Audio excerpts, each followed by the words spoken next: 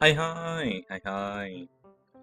How's it going, everyone? I hope you all are having a good day. I hope you all are having a good Monday. If you're in the US, I hope you're having a good Labor Day. It is a holiday here. A Labor Day of all time. True, so true. Oh, hi. Hi, Honless. Hi, Crovan. Hi, Trintelix. Hi. I hope you all are doing well. Honless, it's good to see you. I hope you're doing okay, Honless. I don't know what's going on with you, if you're just, like, deep in the mines at work, like I am. But I hope you're doing okay.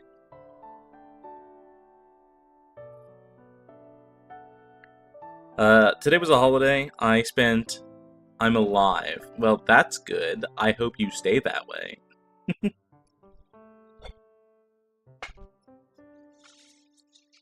Um, Today's a holiday in the US.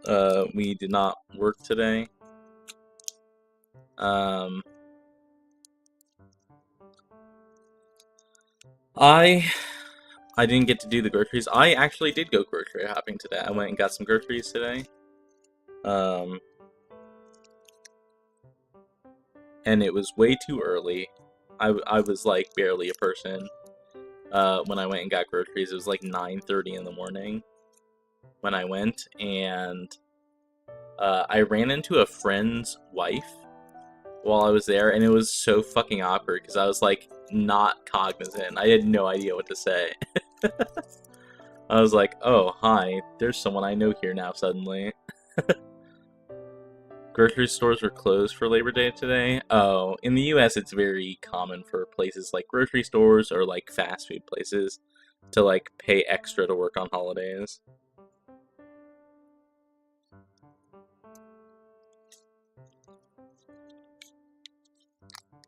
So,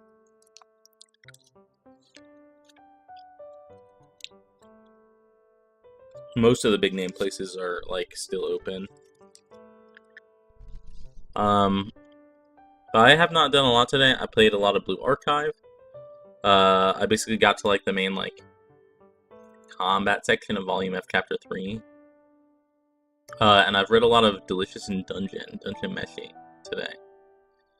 Dungeon Meshi is not really what I was expecting it to be. Um, it's a lot more lore than I was expecting. I guess is the way to put it. I thought, like, in my head, because I hadn't seen or heard really much of anything about Dungeon Meshi before.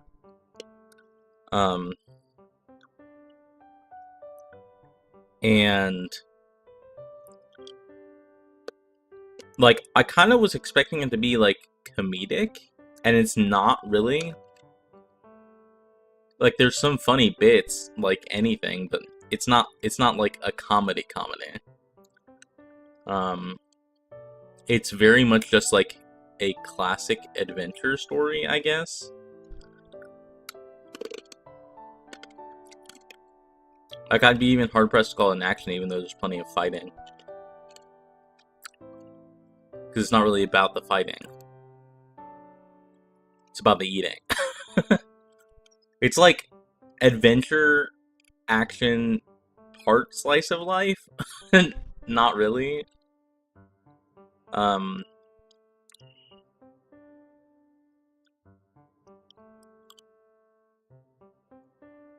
don't know. Like, I didn't know anything about any of the characters. Like, I'd only seen the memes and stuff occasionally, and even then I don't know the memes for Dungeon Meshi. So I was kind of expecting, like, the elf girl to be the one, Marciel to be the one that's, like, interested in the food, but she's not at all. I don't know how to say his name. Laios is the main guy who, like, wants the food. You saw the Yuri, didn't you? Not really. But given where I am in the story, I can see why there might be Yuri. Like, why people would call it Yuri. It's very minimal so far. Like, it's not... like, I would not call this even remotely close to a romance story. For anyone involved, really.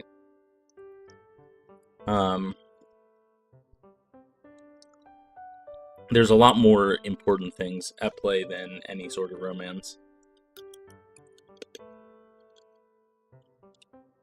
But it's good. It's, like, strangely emotional. There's a lot more emotions in it than I thought there would be. Especially given that it's, like, kind of like a classic adventure story. Not a lot of these kind of stories have, like, I guess, thinking about it, how do I put this? The most classic, easy adventure stories are just the plot. Like, it's very easy to write the plot in an adventure story, because you're just progressing the plot. And you don't have to go that deep into any given character. But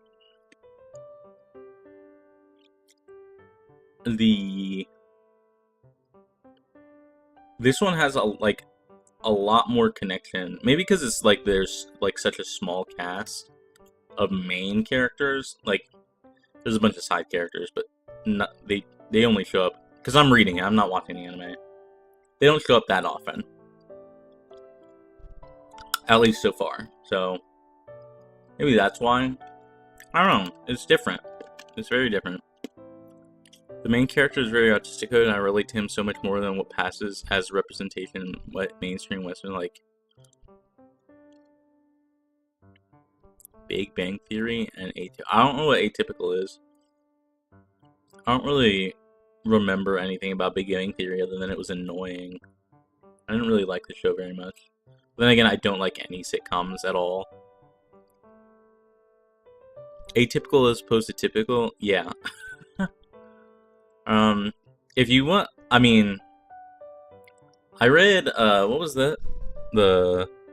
I read a Yuri Office romance novel recently, comic webtoon / manhwa,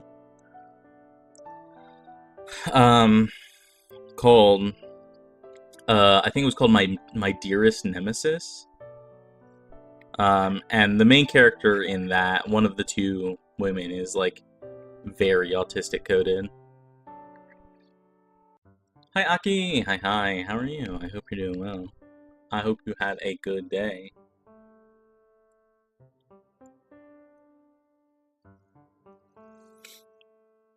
I was talking about Dungeon Meshi. I started reading Dungeon Meshi, as you know, between playing episodes of Blue Archive.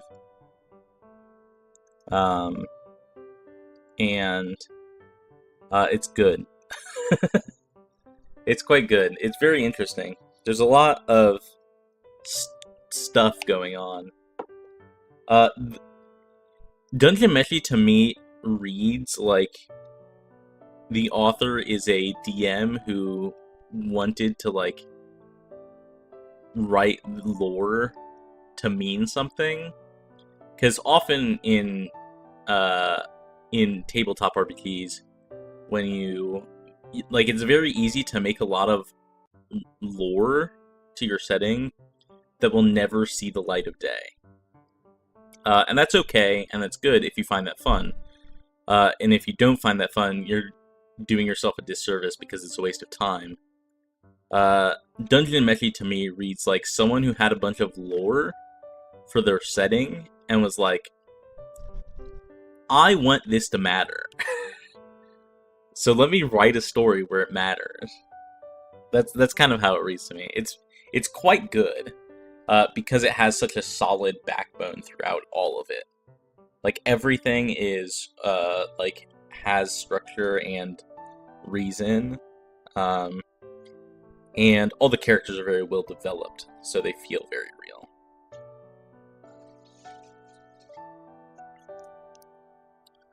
A lot of depth to the eating? Yeah, well, really, it's a lot of depth specifically to the,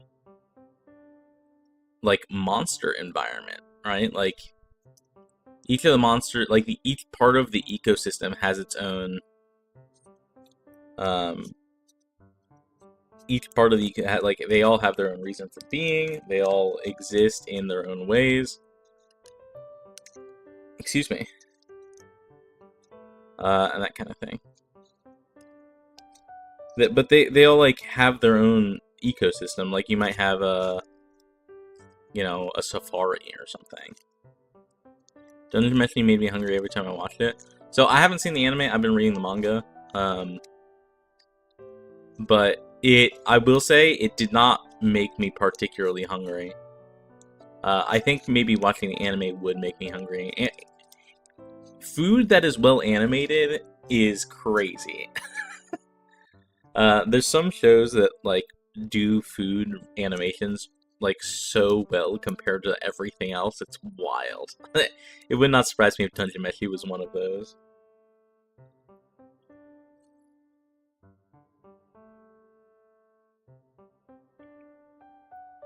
So, you love our Monster Inc. Yeah. Animated food porn? I mean, I don't know how in-depth it goes, is the thing. I'd have to watch it, but I don't have Netflix, so I'm not going to. That's part of the reason why I read it. I was, like, in the mood for watching anime. I was like, what should I watch? And so I watched Dandadan over the weekend, and I watched What's Honare? There's no freaking way I'll be your lover unless ... which is also very good.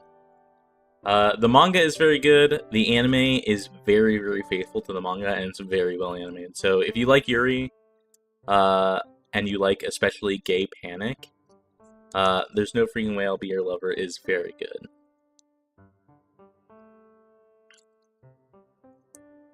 So, I definitely recommend it if you like Gay Panic Yuri.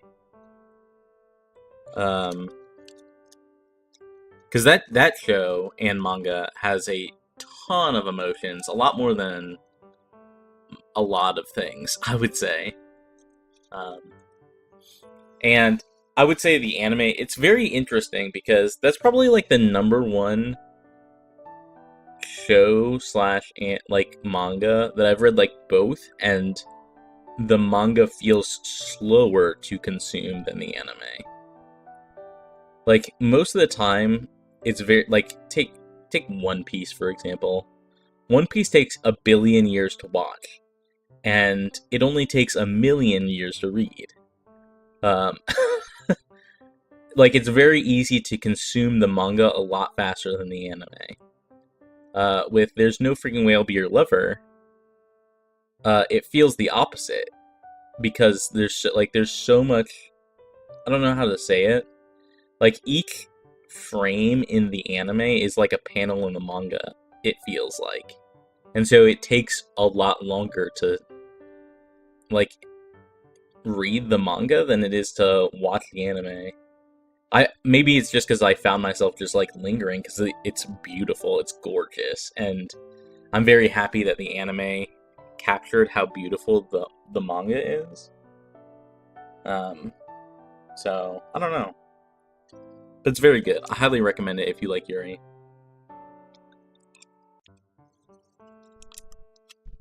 So I watched that, and then I read Dungeon Meshi. I'm reading Dungeon Meshi. I'm like a third of the way through it now. Let me double check. What chapter am I on? I'm on chapter 32 of like 97. So yeah, I'm like a third of the way through it.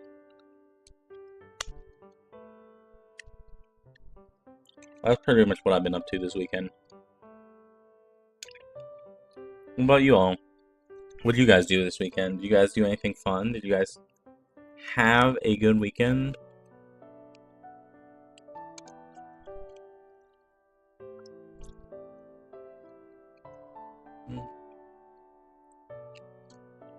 I've got the Ace Attorney in the background. It's crazy.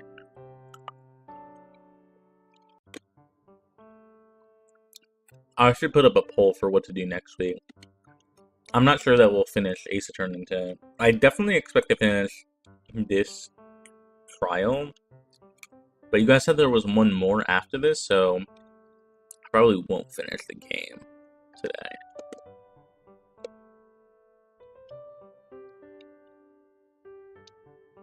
I don't know. We'll see. We'll see.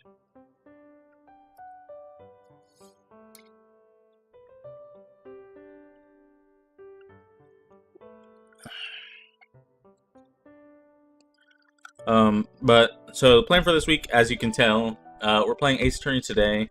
Usually Ace Attorney would be on a Tuesday, but we're playing Sekiro on Tuesday. And that's because on Thursday we're playing Silksong, which I really cannot understand how Silksong is $20. I talked about it in the in Discord, but Silksong being $20 is crazy to me.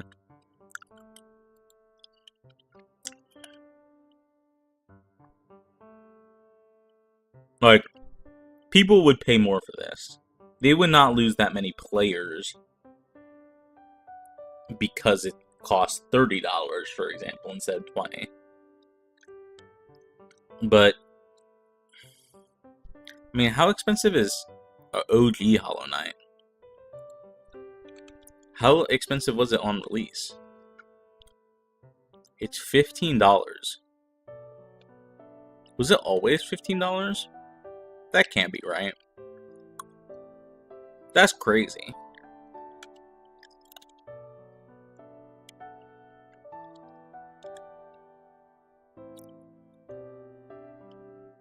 Was Hollow Knight always $15? Hollow Knight is worth more than $15. I don't know how, like, they can afford that. Because, like, surely they have investors, and they have to pay the investors back.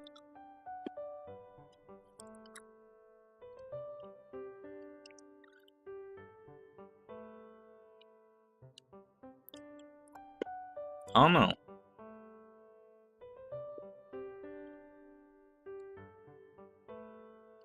OG Hollow Knight was Kickstarter backed, actually, now that I think about it, so they don't. But Silksong wasn't, right?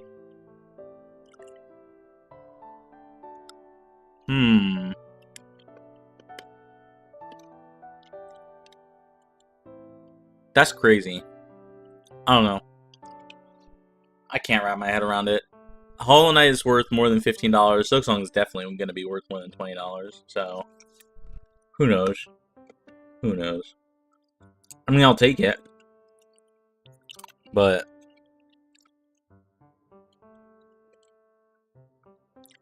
I don't know, it feels like stealing. It feels like stealing.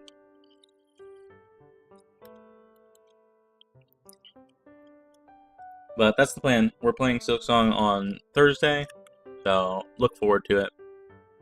I know I very much am. But that's the plan for the week.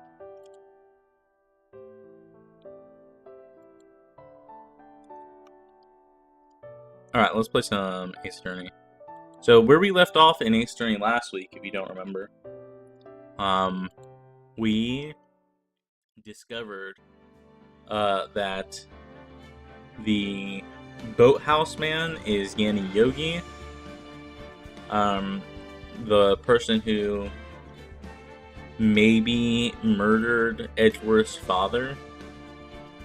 And we also determined that the one who put Yanni Yogi up to everything was Von Karma, which I don't really understand. I asked this question in my going live tweet, but Von Karma's motive doesn't really make sense.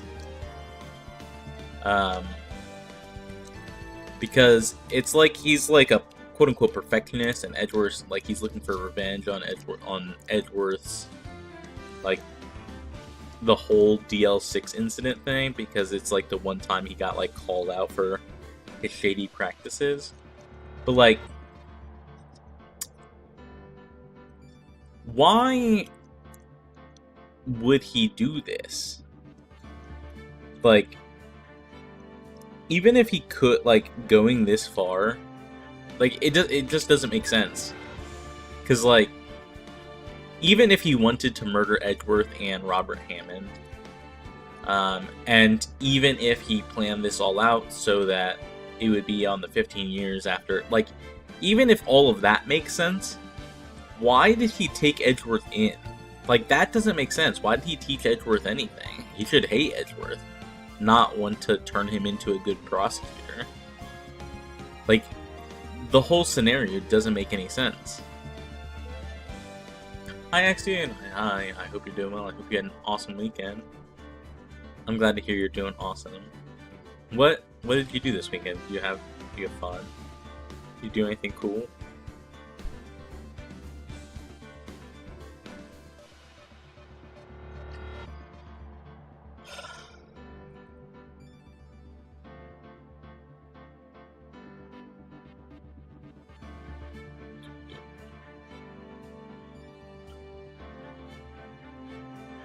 Alright, let's play some Ace Attorney. Why is Ace Attorney not working? Because it's not pulled up. There we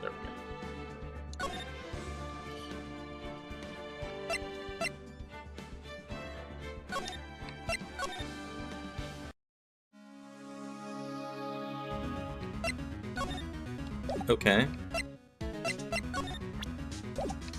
Where are we going?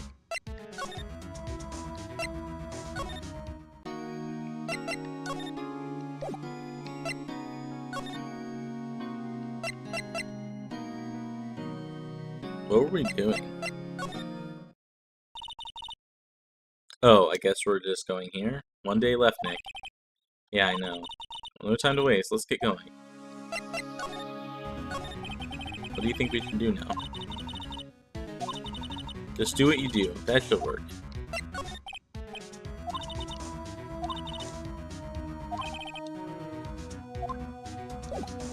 Oh my god, I have no idea. I need a log. What did we do last time? We were in Grossberg's office and we learned about this.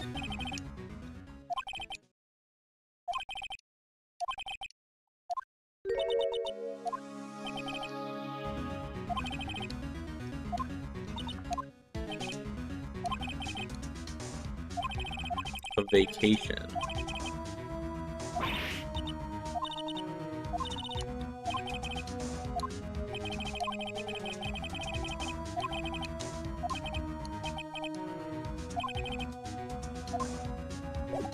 So that's our lead, is a vacation.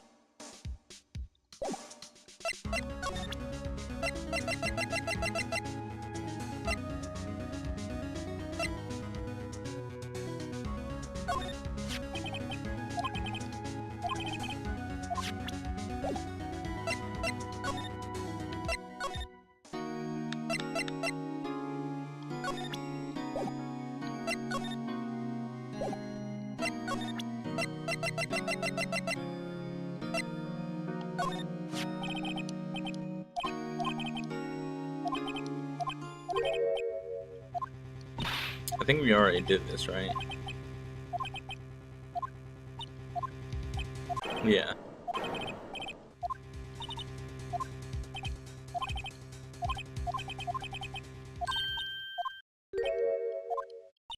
Yeah, we already did this.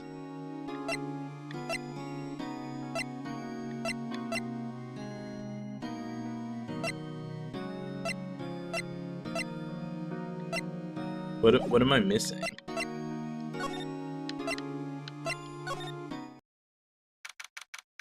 I guess we haven't been here yet.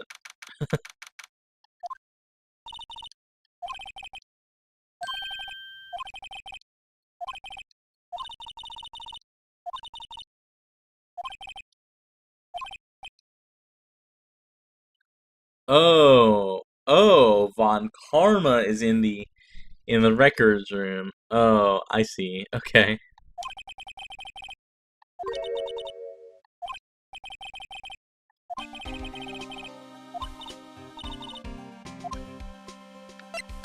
Oh no. Okay. All right. Things are immediately heated. Holy shit. Okay. I guess we're gonna go talk to Von Karma in the records room. You've never seen him outside of court.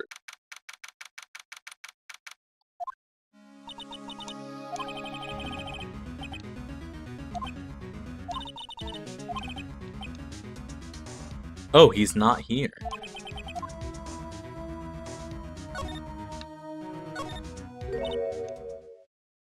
One of the drawers is open.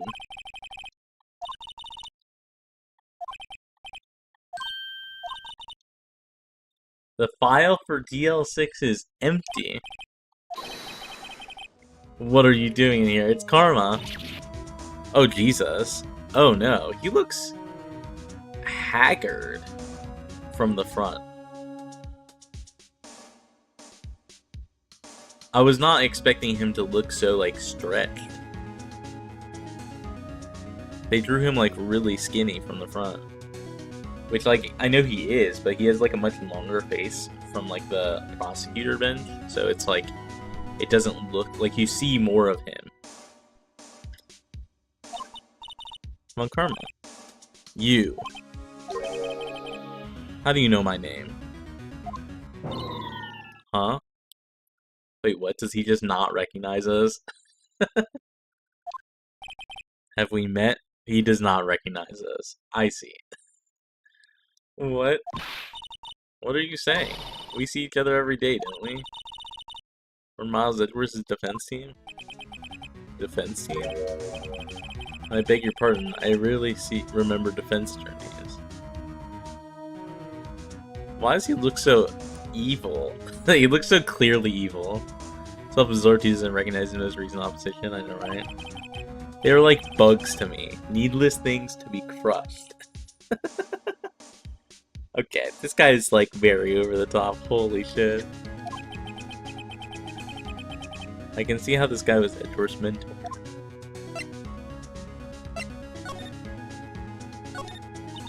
Mr. Edgeworth is your student, right? Or Mantis says you still can't shed that veneer of amateurism. Damn, that's what he thinks of Edgeworth in terms of prosecution, which is crazy. Just like his father, always second rate. Damn, them's fighting words.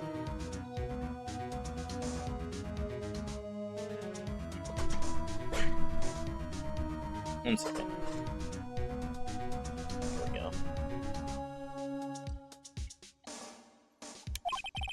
Mr. Von Karma. You had an axe to grind with Mr. Gregory Edgeworth, didn't you? Me? Edgeworth against a mere defense attorney? Why? Because he dealt a blow to your otherwise perfect trial record? Look at that smile. So you did, but what I don't get is, why'd you take his son on your wing afterwards? See, this is exactly what I was asking. This is literally like what I was like, why did this doesn't make any sense? The son of your most bitter rival? That, my dear attorney, is none of your business. But like, it doesn't make any sense. Genuine question.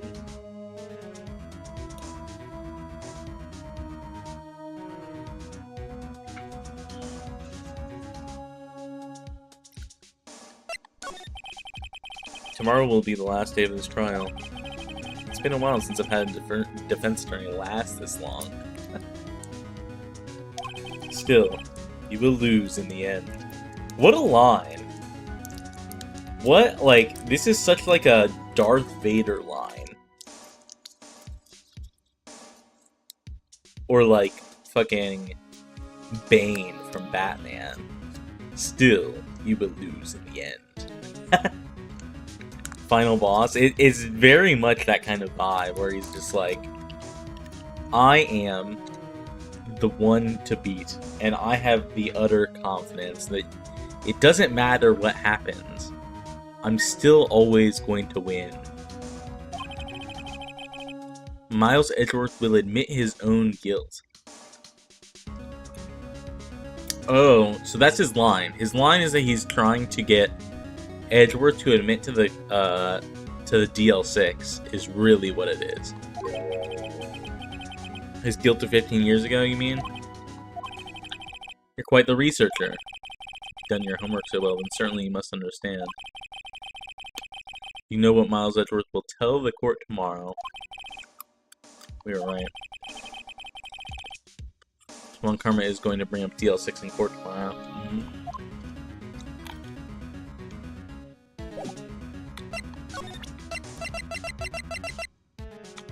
What if I just present this? Let me save. Because he just fucking murders us.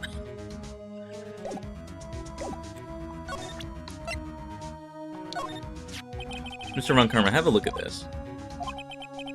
This was you, wasn't it? Instructed Yanni Yogi to commit murder. Yanni Yogi. How many years has it been since I've heard him called by that name? He's a fool. I told him to burn it after he read it. So you admit it. You wrote Mr. Yogi this letter. Yes, my dear defense attorney. Thank you for taking the trouble to bring it to me. You saved me from a lot of needless hassle. What? Hey, what is that thing? Oh, what the fuck? Oh, he is just gonna fucking murder us for it. A stun gun for self-defense, usually. Indeed. 600,000 volts will course through your body like a dog touching an electric fence. Okay, but what's the amps? That's what really kills people. Fun fact.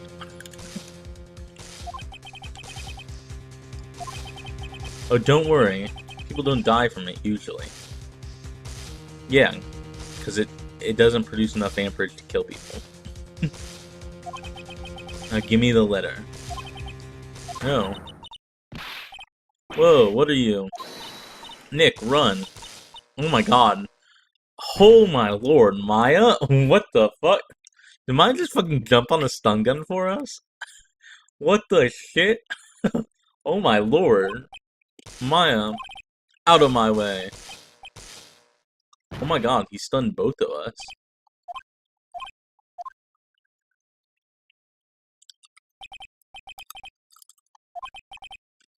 Letter's gone, of course. And he took the DL6 evidence. All of it.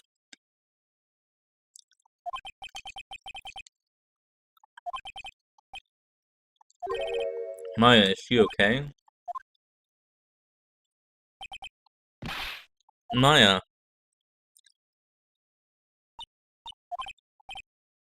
Maya, open your eyes. Maya. The letter, did he take it? Huh? Oh, yeah, are you okay? I couldn't stop him. I jumped as fast as I could, but one shot from that thing knocked me out. I mean, it's a fucking stun gun, yeah. Oh my god. Jumping on a stun gun has nothing to do with either of these, girls. Chill. Please. Not even now, when we need her the most. I wish I hadn't woken. Oh my god. Maya, I need you to see a therapist ASAP. It's okay. Maya.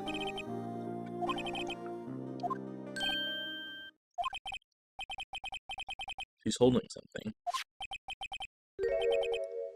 What is that? A bullet?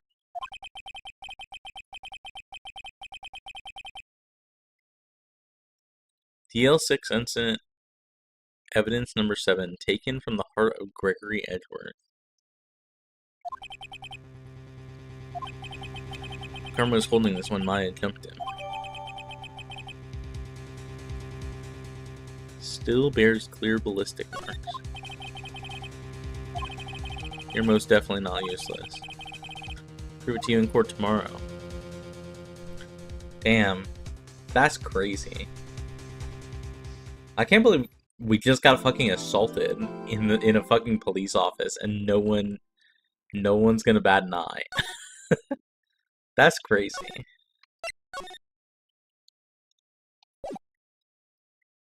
Local prosecutor assaults defense attorney for evidence.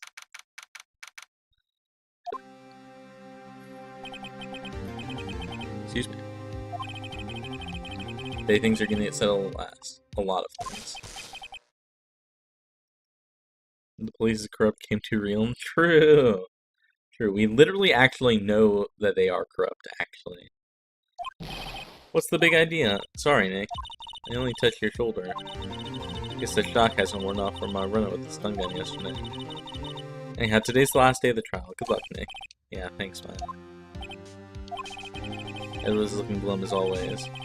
Oh, our camera doesn't push him too hard. Whoa! What are you doing? Sorry, I'm sorry. I just thought I'd cheer you up with a pat on the back. Maya. You should go outside and discharge. Right, good idea. Oh my god. Ground yourself. Well, yeah, pal. Is that Gumshoe? What's gotten into that girl? Detective Gumshoe. Warning, Mr. Edgeworth. Good morning. How'd it go, Detective? Have no fear.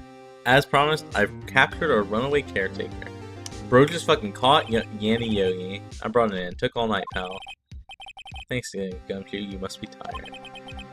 Actually, after that shock I got on the way in, I feel pretty good. Yogi says he's forgotten his own name. That has to be a lie. Why would he want revenge on Edgeworth if he couldn't remember his past? He does remember, and I'm going to prove it.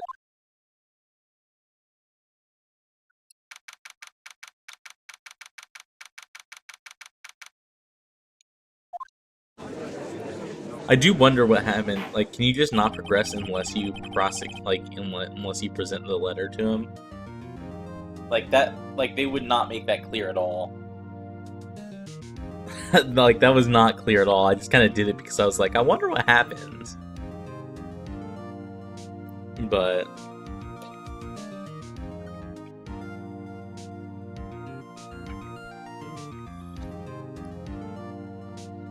court is now in session for the trial of Miles Edgeworth. Excuse me. Defense is ready, Your Honor. The prosecution is ready. Damn, that's the first time he said it. Right. Very well. We reached the final day of our proceedings in this trial. As the prosecution submit decisive evidence. Understood.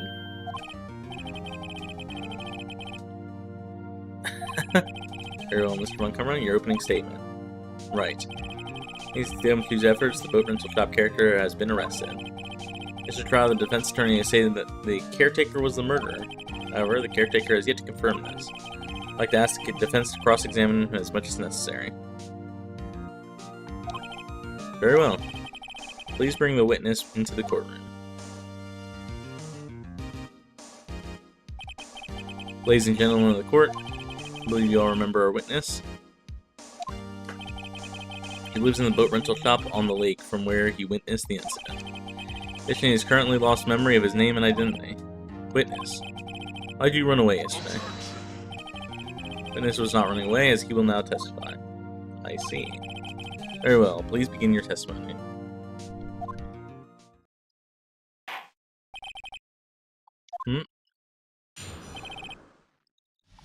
My left court.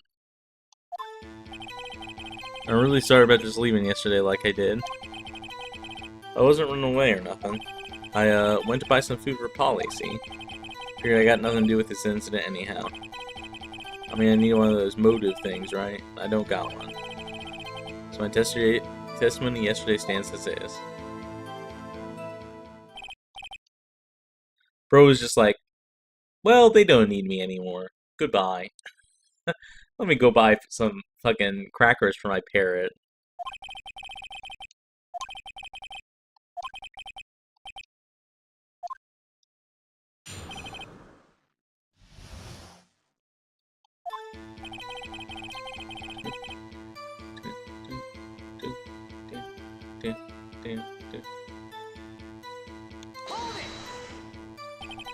I call what you did running away and not just leaving. You heard Larry's testimony and realized you were in danger. See, he does...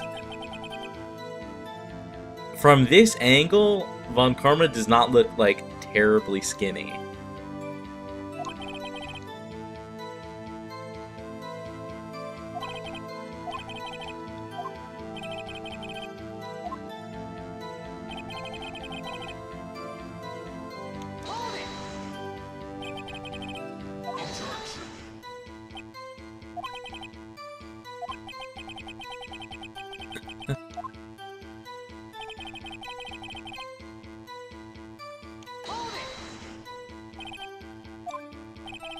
Well, Polly's a bit of a gourmand, you see. She only eats these high-quality bird pellets from France. They only have them in the big pet shop downtown. You weren't arrested until this morning. Why didn't you go back to the caretaker shack? I kind of got lost, you see. This is trouble remembering things sometimes. When the police apprehended him, he was on his way back to the shack.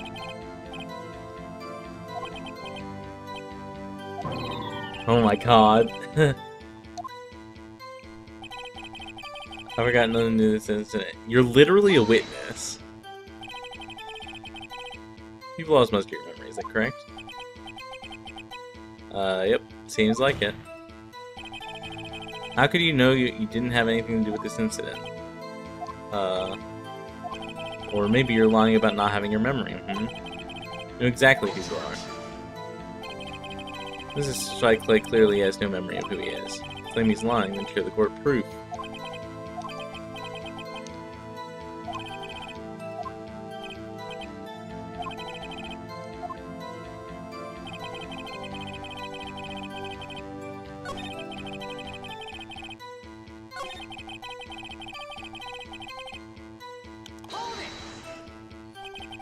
How can you say you had no motive? I say you do. You had a grudge against Edgeworth and the victim, Robert Hammond.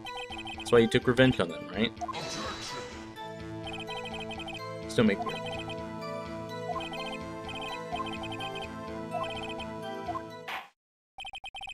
How did I say something, Mr. Wright? Oh, this was kind of unexpected. You've been saying the same thing now over and over. You've been calling the witness's memory of the past or lack thereof into question. Does this really have anything to do with the current case? Of course, Your Honor. The witness said he has nothing to do with this case and no motive. Both of those statements are lies. Order, order. Mr. Wright, there's a serious problem with your plan. Or are you saying you know who this witness is? Of course, Your Honor. Oh, now this is interesting. I'd like to know myself, so who is he? Von Karma is literally lying. Literally lying to the court. Please tell us this witness's name.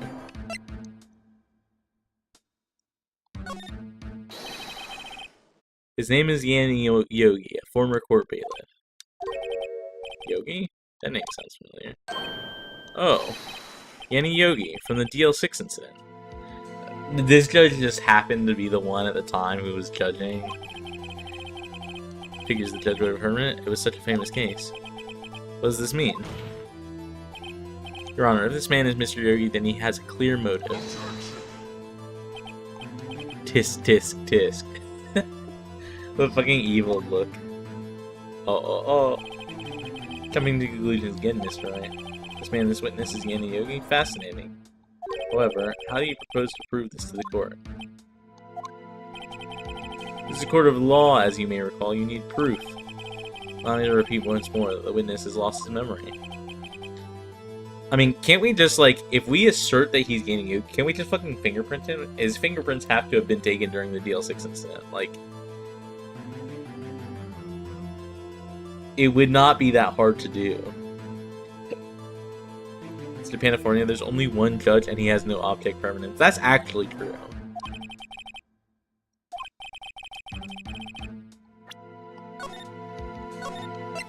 We're gonna save before it pops anything up. Nick, how are you going to prove it? Remember that he's Yanni Yogi. Your Honor, please take this man's fingerprints. Oh, they literally... They actually are just going to do that. Okay.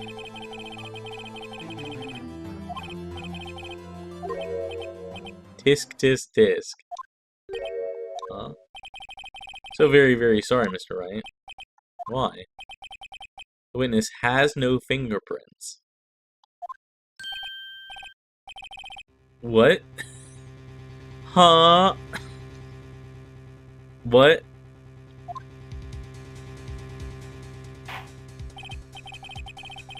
Where I worked as a caretaker, I worked at a chemical plant. I burned my fingers working with the stuff. Huh? That's extreme. They definitely, like, that's definitely not the case, right? If they went that far, that's kind of fucking crazy.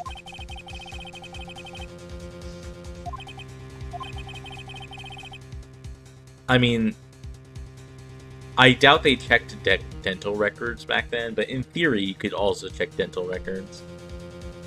Objection. Hi, shit. Hi. I hope you're doing well. I hope you're having a good day. I liked your art yesterday. It was very pretty. Girl pretty. Hi, Rain. Hi. How are you? I hope you're doing well. I hope you're having a great day.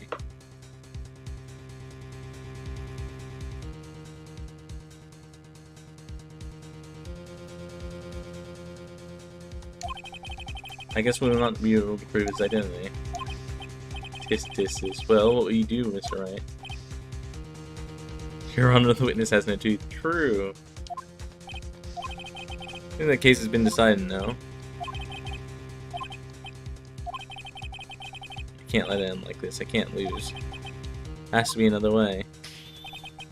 There is no one who can testify as to who this witness is. No one. Well, I guess technically Edgeworth could, but I don't know that he would recognize him.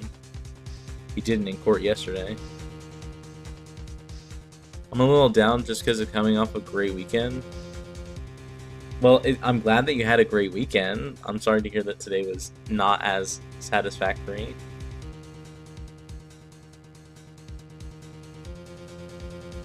Or did you mean great sarcastically? I'm doing alright. I had a good weekend. I watched a lot of anime. And I started reading Dungeon Meshi, and it's quite good.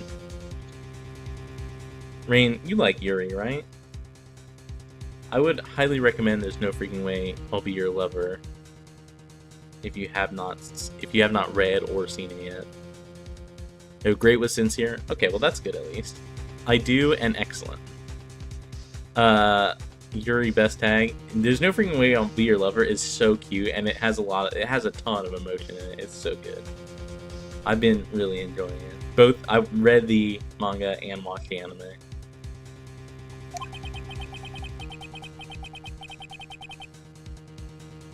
There's no freaking way I'll be your lover. There's no freaking way I'll be your lover unless ... But if you just Google Watanabe, you'll probably find it.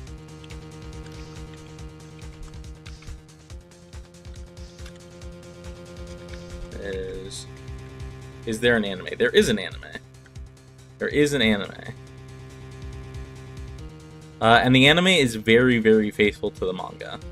Like, almost too faithful. Is there a dub? I don't know if there's a dub. I watched it subbed.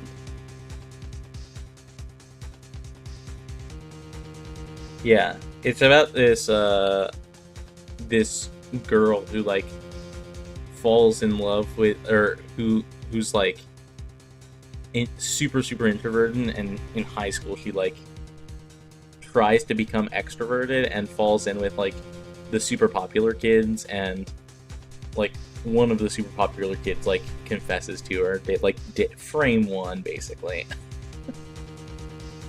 And it's about their, like, on sort of not really a relationship.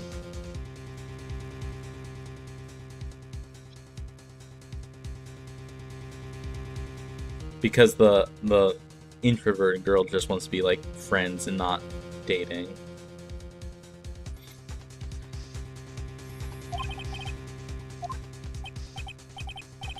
Well, Mr. Ryan, perhaps you'd like to cross-examine his parrot for a little comic relief, hmm?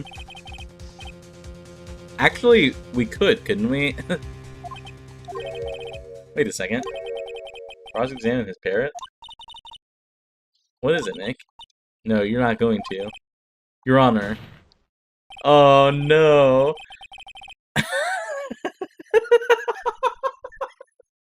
What the fuck is this?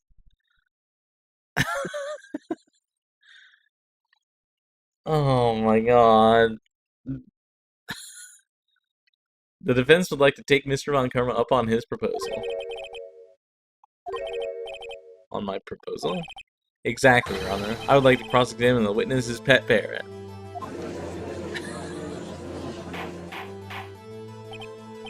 Order, order. What is this? What do you think? This is a farce. I object. Wait a second. You were the one who suggested I cross-examine the parrot, Mr. Montgomery. I have a right to do as you suggested. Well, if you're so desperate, then please be my guest. Of course, should you go through with this, and nothing comes of it, then I hope you're ready to face the consequences.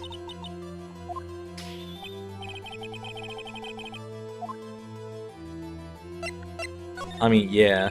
Let the parrot take the stand. I will cross-examine her, Your Honor. I'm not even gonna save her that. Fuck it. This is the most ridiculous thing I've ever heard. Manfred von Karma's case comes down to a parrot. That's so silly. Von Karma's rigged every person's testimony, every piece of evidence, except the parrot. She's my last chance. This is so absurd. At least I think so. Bailiff, bring in the parrot. What is this? The parrot is a VTuber. True.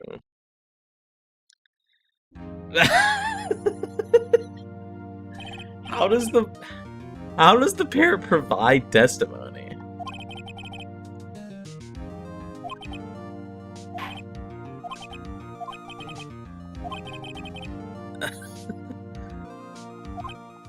Very well, witness. Who is your owner? Please testify for us.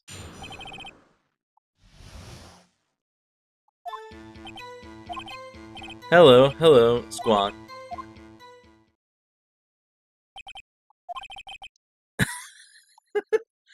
That's all it says unless you address it by its name. Right.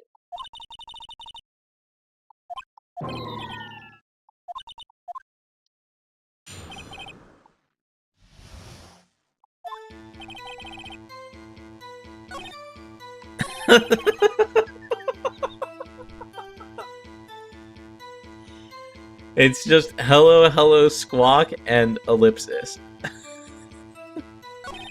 That's the testimony. It can't speak with animals, so true. Hold it.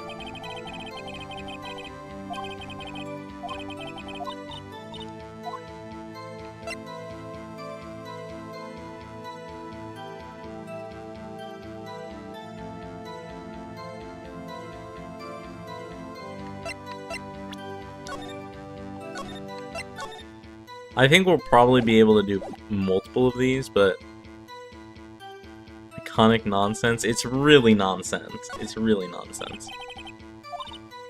Polly, what's your name? Polly, Squawk. It's right. I think we established that the parrot is named Polly. Does that have anything to do with the...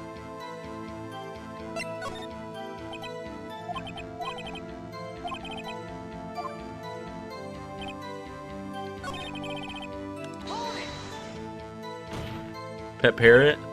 What is he doing? You're mad, Phoenix. With that unorthodox thing, I can't. Oh my god. The edge where the edge we're thinking. That's so good.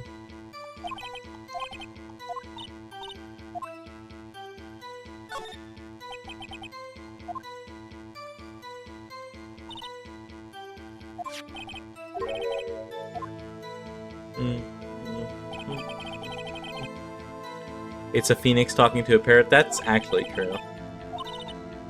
Polly, have we forgotten something?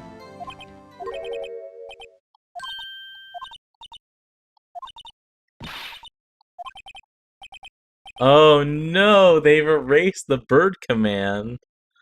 Huh? Tisk, tisk, tisk. There's something that he's even coached the parrot. He's even coached the parrot. What is this? This is actually absurd. Something the matter, Mr. Wright? Wait, to tell me Von Karma expected this. He couldn't have retrained the parrot, could he? He trained him not to respond when we asked if we've forgotten something?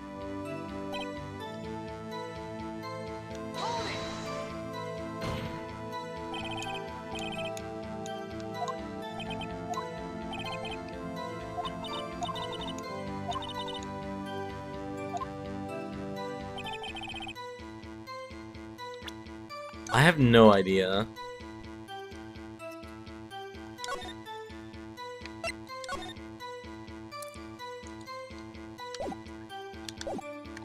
I don't even know what we still have.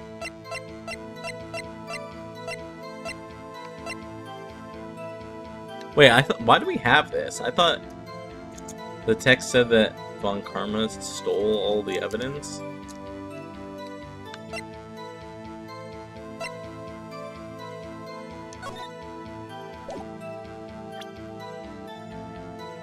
Is this the part where you need to know bird law? We're not getting into bird law shit. The fact that you even know what bird law is crazy.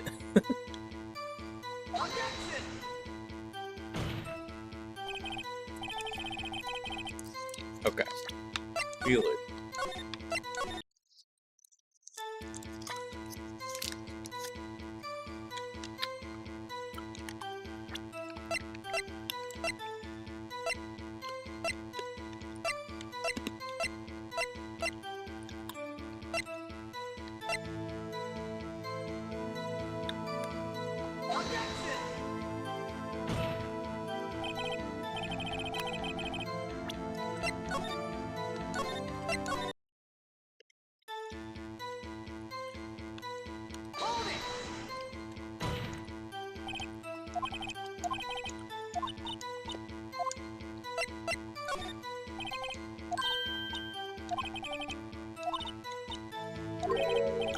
No, it's still.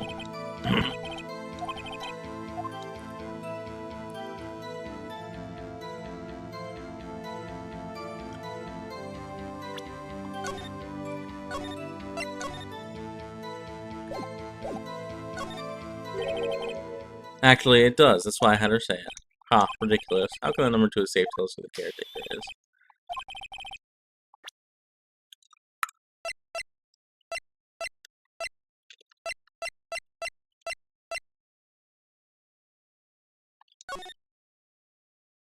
One, 2, 2, 8.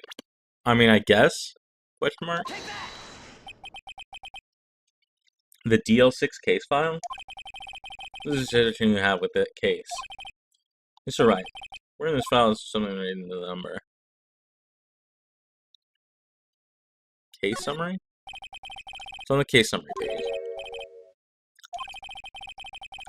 Specifically, the date on which the DL6 incident occurred. Why, that's today's date, 15 years ago. And the safe is 1228. Use the date of the DL6 incident as a number for your safe, Your Honor. That's how important that date was to him.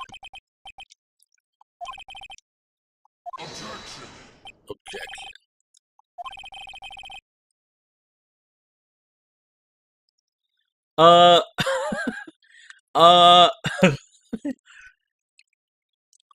Do not give out your ATM card information, people. Please and thank you. Doxed, literally doxed, self-doxing in court.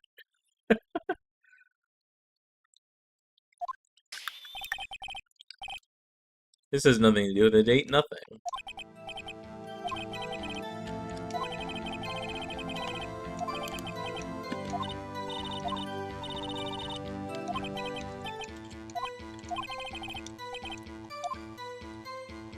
Wait, is it Polly?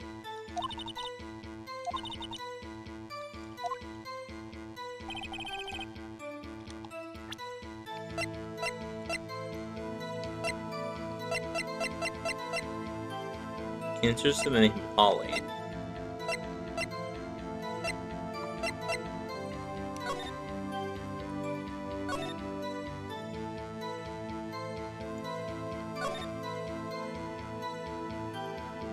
Fiance Polly Jenkins.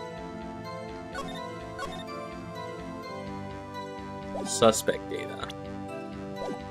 Interesting. Okay.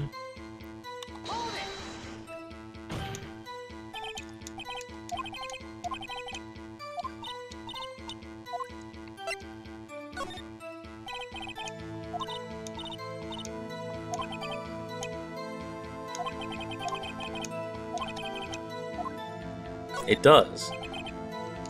Yes, it does. Huh, fascinating. You claim that the parrot's name will prove her owner's identity? And show us this proof. Listen, we're not here to answer the question of who is the caretaker. We're here to prove that he is Yanni Yogi. All we have to do is tie Polly to Yogi. Your Honor. The proof of the characters is this. It's the DL6 incident, specifically the suspect data. One second.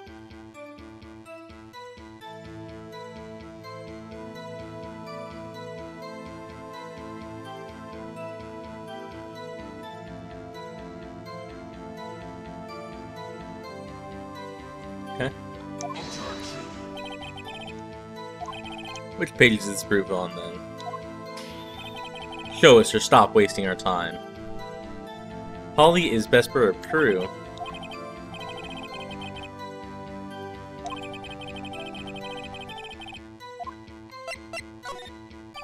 It's on the suspect data page. This page has all the information about Yanni Yogi. Right after he was arrested, his fiancée committed suicide, see? Indeed, it does say that, yes. What was his fiancée's name? Polly Jenkins. Polly. Exactly, Your Honor. I want to remember the name of his fiancée who had committed suicide. That's why he named his parrot after her. I see, I guess that is possible. Mere coincidence. My grandma has a dog she calls Phoenix. Well, Mr. Freedom, does this make you my granddaughter's fiancé? He's only 7 years old. This is a mere coincidence, that's all. True, that is a possibility. However, two coincidences at the same time seems more like a pattern to me. Let's go! The judge is actually competent for once. What are you saying? Summon the caretaker of the boat shop. Immediately.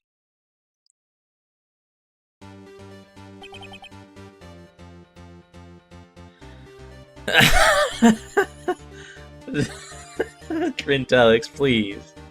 Please. I can think of several things that Miles might think of a dog named Phoenix. Huh?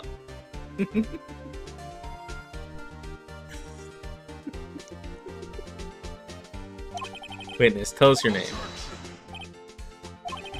Since he doesn't remember. No, it's okay.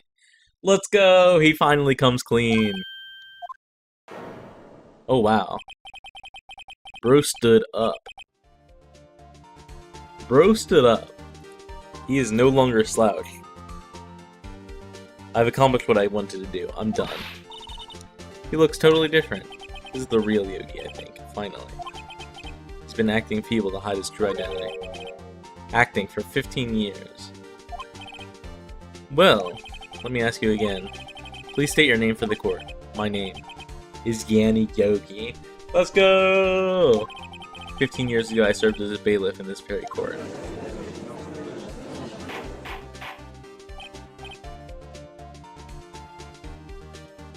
No idea, unfortunately, inspiration to write the line eludes you. There's a lot of places you could go with it, and I'm glad you're going nowhere.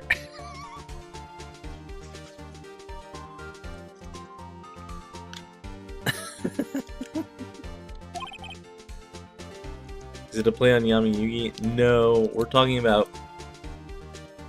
Well, actually, let's move on. Yanni Yogi.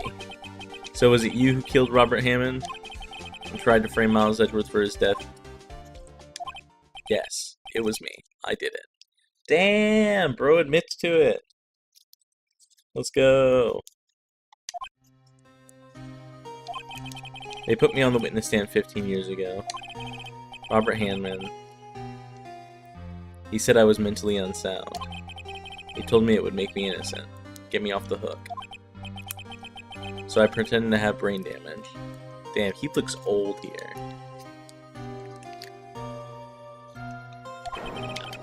I was innocent, really, but he didn't believe me. We won the trial, but I lost everything. I lost my job, my fiancé, my social standing. And then this year, 15 years later, a package arrived. It was a letter and a pistol. Why does he have the letter? Huh? Doesn't Von Karma have it? Can have a constant companion named Phoenix, but I can't make coherent... Okay, well that's a lot better direction than I was thinking. Rain, I appreciate you having a much cleaner mind. If you can say that. Because I don't think you do, but... I appreciate you.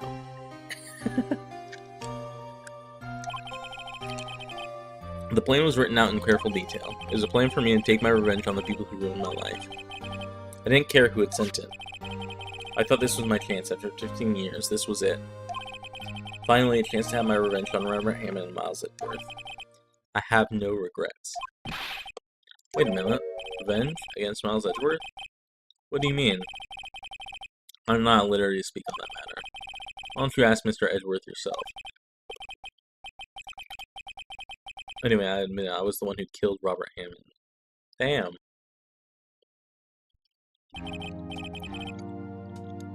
On Carmen, where's Mr. Yogi? Under arrest, Your Honor. I saw no room for error in his confession. I just didn't think it sounded like that. That's fair. I think that's fair too. Then the defendant, Miles Edgeworth, is innocent. In this case, at least. In this case, at least. Very well. Will the defendant please take the stand?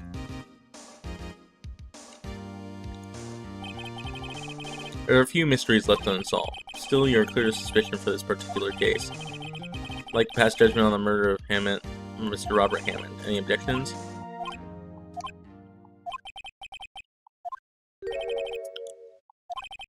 Very well. This court finds the defendant, Mr. Miles Edgeworth, not guilty. Confetti!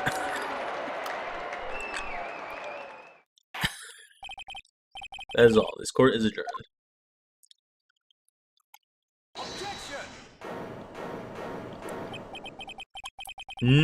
No! Edgeworth, please! For the love of God, why would you do this? Literally just walk out of the fucking room. God damn it. You fucking son of a bitch.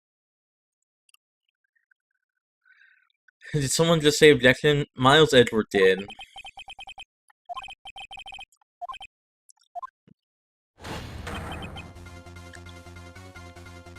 No. Deal 6 never ends. I object to your judgment. No, okay. That statement is actually false. Because we're passing on, like, we're talking about the... specifically about the judgment of the murder of Robert Hammond. I'm not innocent at all.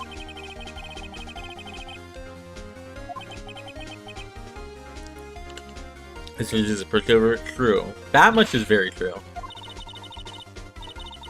He's going to say he's guilty. He's going to tell him he was the murderer in DL6 instead.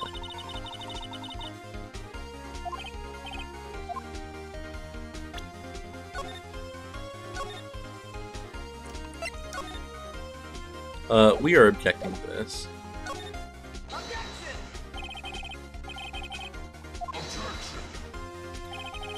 Didn't something like this happen yesterday too? I believe a certain witness raised an objection after a guilty verdict was passed. We must hear this new statement. God damn it. God damn it.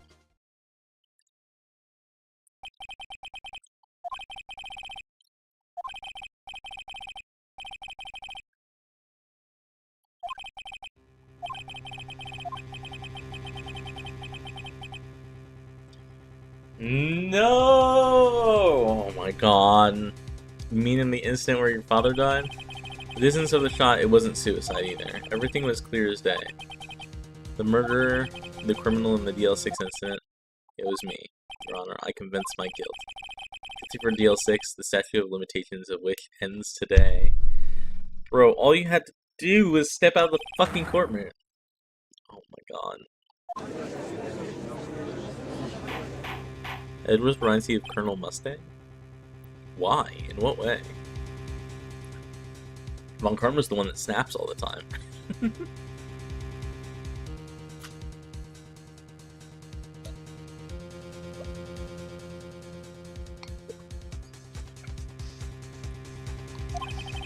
This is certainly unexpected. The defendant declared innocence confessing to a different crime for which the statute of limitations runs out today. Not really sure how I should deal with this. Bah. It's obvious. We hold the trial right here, right now.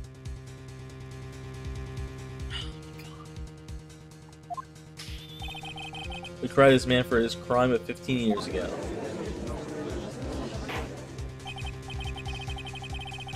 You cannot stop this riot, Scriptfly. If you must let me, Jesus, so real. I think I would like to take a 5-minute recess. During this time, I will consider it appropriate action to take. Court is adjourned. Judge, be lazy. Be lazy, please.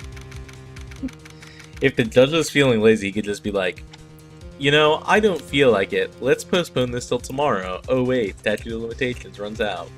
Bye.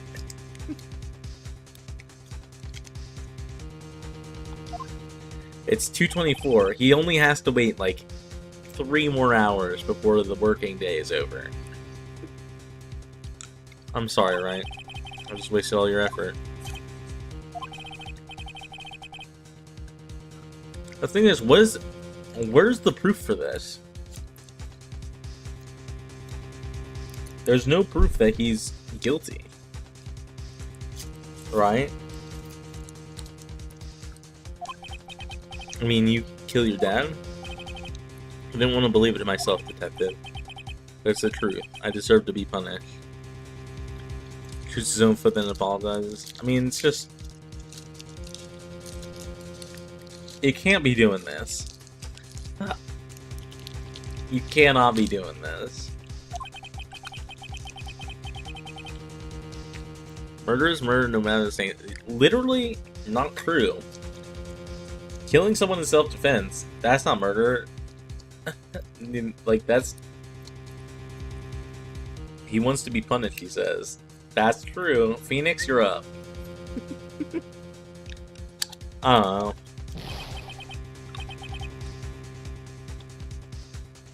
Literally pulling a Shadow the Hedgehog with angst and self-kill. Look, there's no way to, like, for him to verify that this is the case. It's just a dream.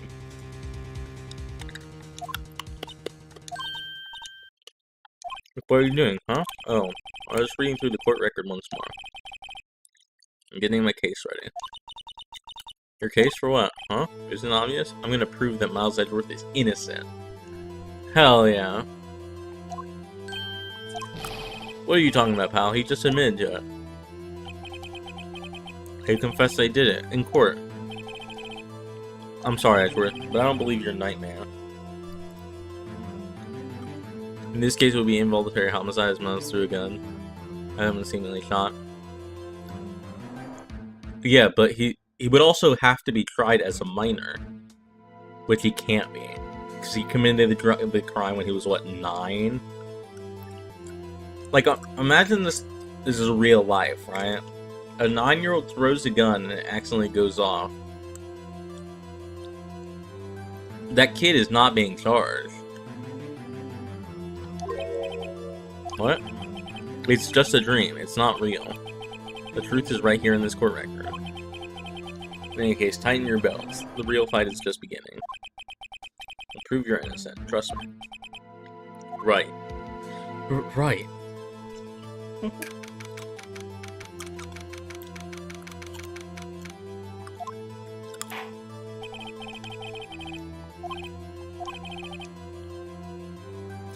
Miles Edgeworth has admitted his own guilt. He's confessed his crime. Let's begin by hearing his testimony. And though Portland's let the defense do their cross-examining. Statute of limitations runs out today. It's unconventional for me. I'd like to run this bun by the book. Bro just said... He's like, I know this is unconventional for me, but I would like to run this by the book. Bro just admits to years and years of crime.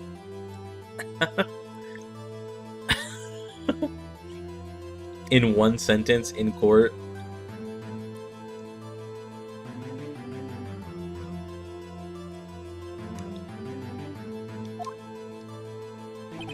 No, Your Honor.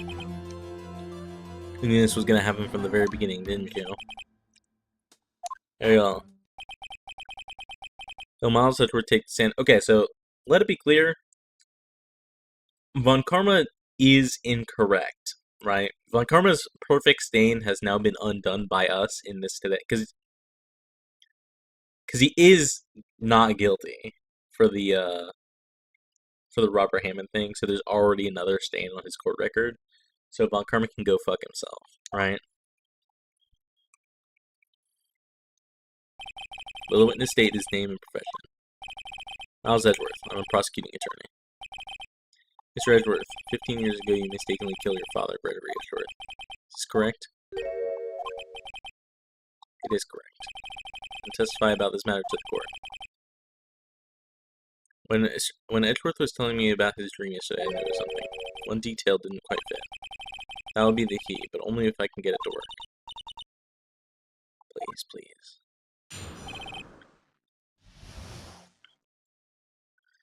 Von Karma building his entire unit on a possible lie? Literally true. Even now you would defend me? As much as I hate to admit it under the circumstances, I'm kind of exceeding how you defend me from my own confession. True. That day I had gone to Carbon to observe one of my father's trials. As we went to leave, an earthquake struck, trapping us in the elevator. My father and Mr. Yogi lost their composure and began to argue. Just then something heavy fell at my feet. I picked it up and threw it at Mr. Yogi. I wanted them to stop fighting. And later there was a single gunshot, then a scream. The terrible scream, I remember it to this day. He's salty, he lost to a bird. True. Until now, you thought this memory was a dream. We were stuck in that elevator for 5 hours. The oxygen in the elevator ran out, and I lost my memory of the events. The same claim Mr. Yogi has made. Yes, Your Honor.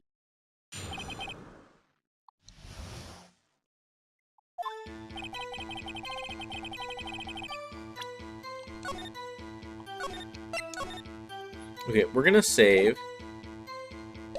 I want to look at this evidence here.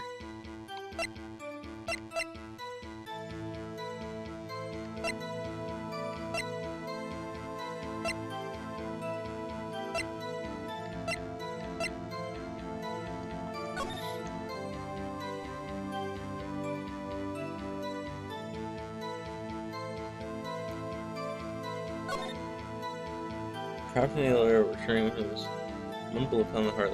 The murder weapon was fired twice. Okay. I think that's the key piece of information that we are talking about here. Trapped in an elevator.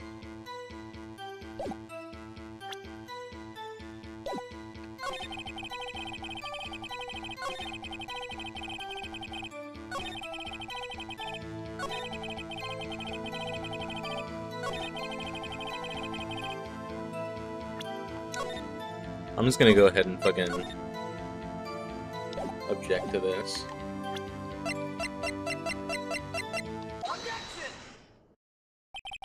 Are you sure you only heard one gunshot? Yeah.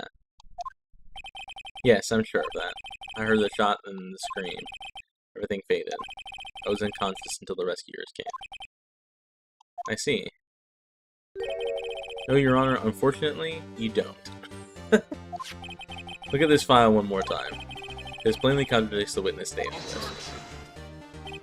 You do enjoy dragging out that file, don't you? I don't accept this evidence, unless you can tell us what page it's on. Which page contradicts Miles Edgeworth's testimony? The victim data page. Look at the victim data in this file. It says it quite plainly, the murder weapon was fired twice. Miles Edgeworth only heard one gunshot. And the murder weapon was fired twice. First shot was the accidental firing when the pistol was thrown. So who fired the remaining shot?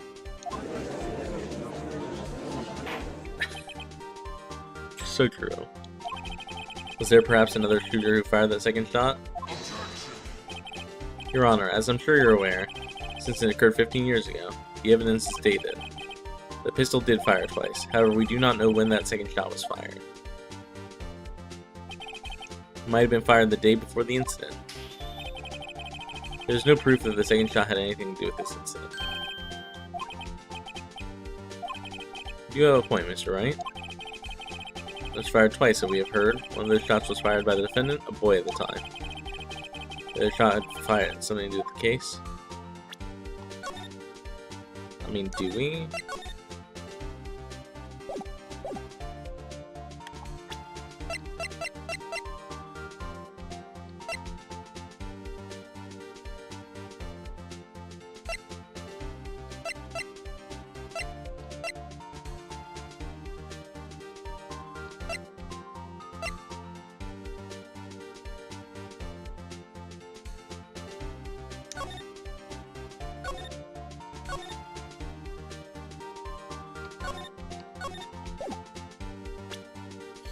A pistol starts with being true.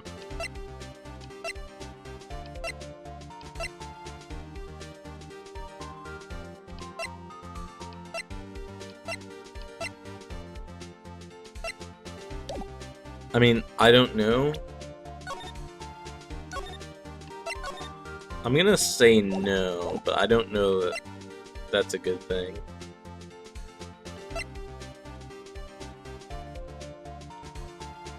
And we could say yes, but like, what would we present?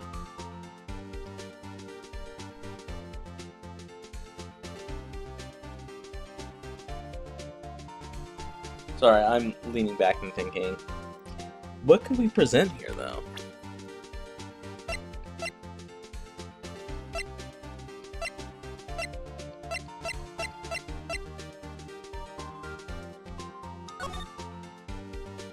Oh!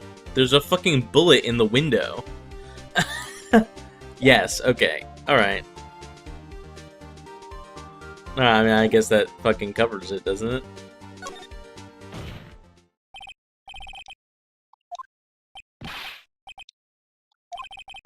I'm like, what can we... Save your surprise for after you've seen the evidence.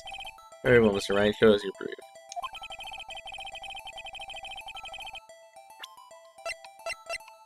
There's a bullet in the window. Look at this photograph. This photograph of the scene of the crime 15 years ago. I can see the victim lying there as Gregory Edgeworth. This proves that the murder weapon was fired twice at the time of the incident. This photo proves it.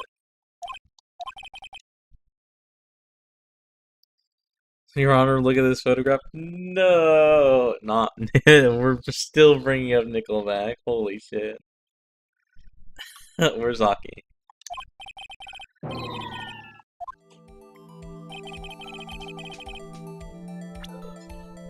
1 second, folks.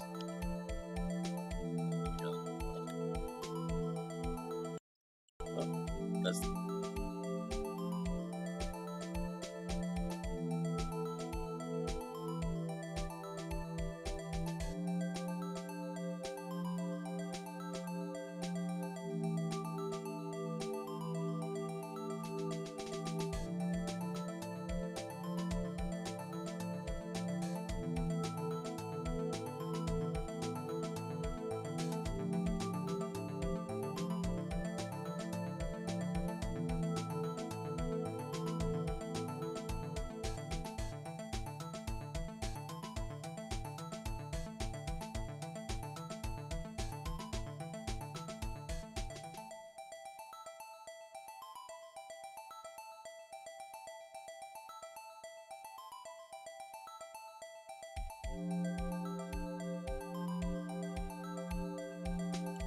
Sorry about that, my brother just got home.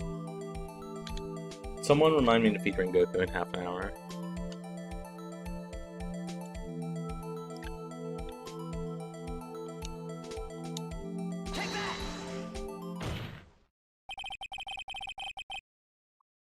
Excuse me. Wait, elevators have windows? Some of them do. Yeah. You've never seen an elevator with a window? They look just like that. I see a bullet hole in the door.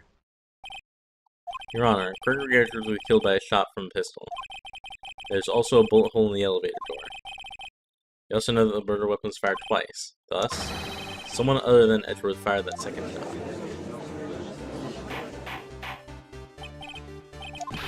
Mr. Wright, what are you driving at? It's simple, Your Honor. At the time of the incident, 2 shots were fired. One went into Gregory Edwards' heart, the other hit the elevator door. Remember that the defendant lost consciousness after the shot he fired rang out. In conclusion, let's agree that the second shot was fired by someone else. Who could that be? The murderer, of course. I knew I should have stepped in before your wild fantasies got out of hand. Mr. Wright, look once more at the DL6 incident case file. Look closely.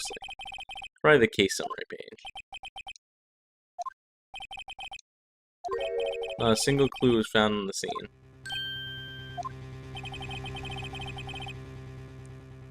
If the pistol had indeed been fired 2 times, then the other bullet would have been discovered on the scene. That second bullet has never been found. Why? Because the second bullet does not exist. Well, it claimed Edwards was one fired by his own son. That is the truth of this matter, the whole truth. There's undoubtedly something else that made the bullet hole in that door. What?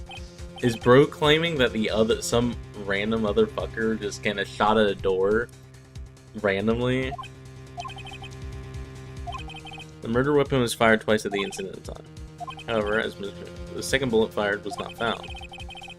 Police merely overlooked this second bullet. I mean, an earthquake happened.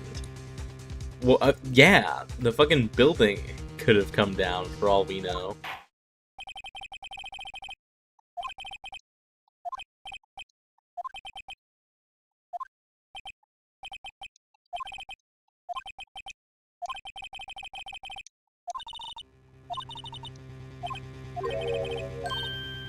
I'm sorry, Maya. What? It looks like I was wrong. Nick? Second bullet wasn't there, then all my conjectures are for nothing. No, but you said you do it, Nick. You said you get Edgeworth declared innocent. Okay, well, we lied. I'm sorry. It's just, when I saw the photograph, I thought 2 shots had been fired. 2 shots were fired! What are you... Is anyone, confused about this? Why are they just asserting that the second bullet just didn't happen? It's clear, like... The murder weapon says that 2 bullets were fired. There's clearly a second bullet that went through a window. Like, it's just not in the elevator. I don't... Okay, oh god.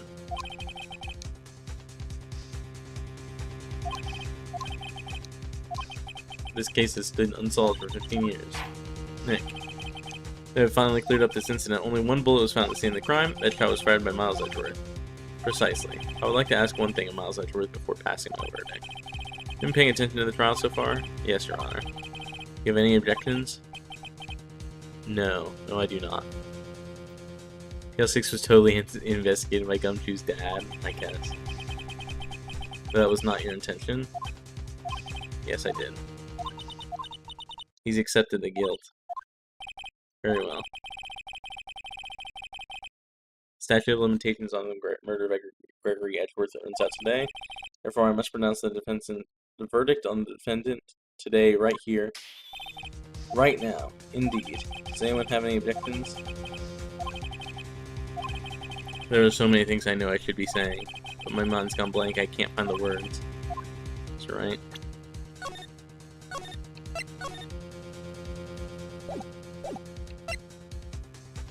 I mean...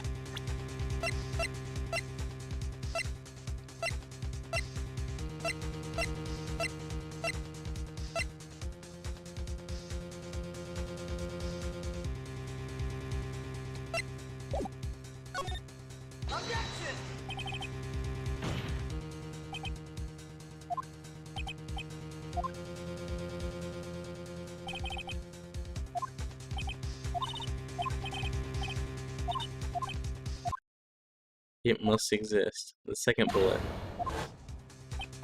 What? What did you just say? Nothing. Second bullet must exist, but where? Someone took it. Seems waiting is not going to produce any answers from Mr. Wright. Wait, Your Honor. The second bullet, it existed. What? We just heard proof that it did not exist. I realize that, Your Honor. It's just someone took it from the scene of the crime. That's what happened. What? Who? The murderer.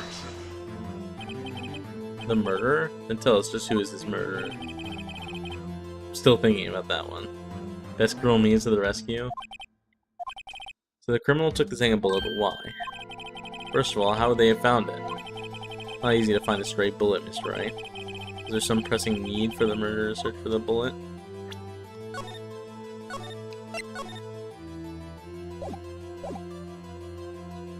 The murderer had to find it.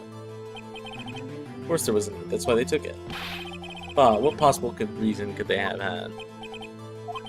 The reason the murderer took the bullet away from the scene of the crime with them is... the bullet would be proof? Proof? It was a special bullet, so they took it with them. If that was the case, then they should have taken it from the bullet inside Gregory as well. Huh? Why would they only take one of the 2 shots fired? Have you really thought this through?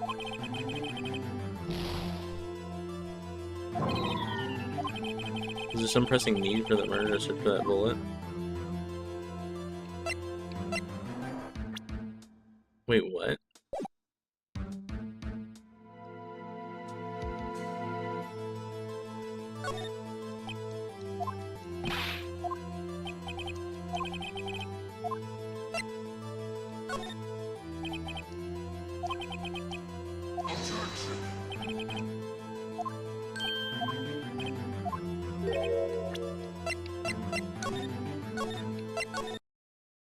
Don't mind me. Why would the murderer have spent the time to look for the stray bullet? I haven't got a clue. What's wrong, Mr. Wright?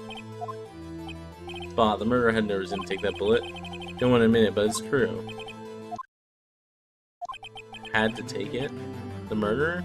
What does that mean? You're thinking too normal. Think crazy. Don't think why the bullet was taken. Think why the bullet had to be taken. Don't mind me. I have never save-scummed in my life. Mr. Wright? Yes, Your Honor. Murderer had no intention of taking the bullet from the scene. But the murderer had to take that bullet. Had to? What do you mean? Well, for instance... maybe the bullet hit the murderer? Oh, like it went... the first bullet went through the door, hit the murderer, and then they shot Edgeworth? Hit the murderer? Just saying, for instance. If it hit you, you would have to take it with you, wouldn't you? Oh my god, we're gonna fucking use the metal detector on Manfred von Karma, aren't we? There's no shot.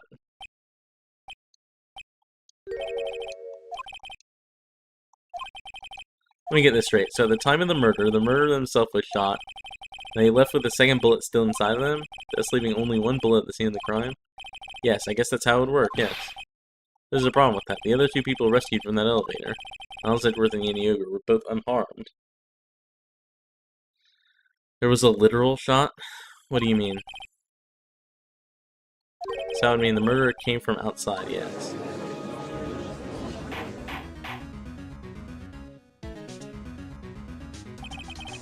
Two men fight inside the elevator. Trying to stop them, the boy picks up a pistol at his feet and throws it. Pistol discharges and the bullet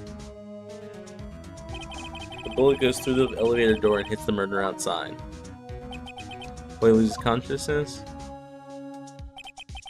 and the murderer opens the elevator door and sees the men inside.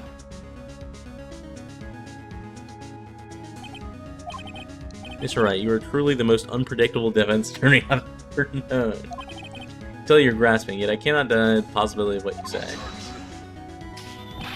What are you saying? Deny it, deny it. No one involved with the incident was wounded. There was no murderer. No one was wounded at the time of the incident, that's right. I can't think of anyone. Hey Nick. Just thought of something really crazy. Remember what Mr. Grossberg said yesterday? Gregory Edgeworth dealt a blow to his perfect trial record. Must have been quite a shock for Von Karma. He took a vacation for several months after that, you see, because he was shot. An unusual event for the man. That was the first vacation and the last vacation he's taken in many years of prosecuting. What if Montgomery didn't take that vacation because of shock, but took it because he was injured? It could mean only one thing. He was the murderer in the DL6 incident.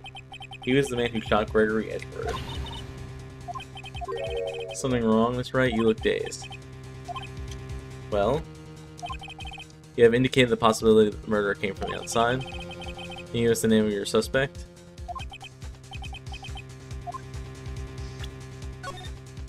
No, we go balls to the wall here.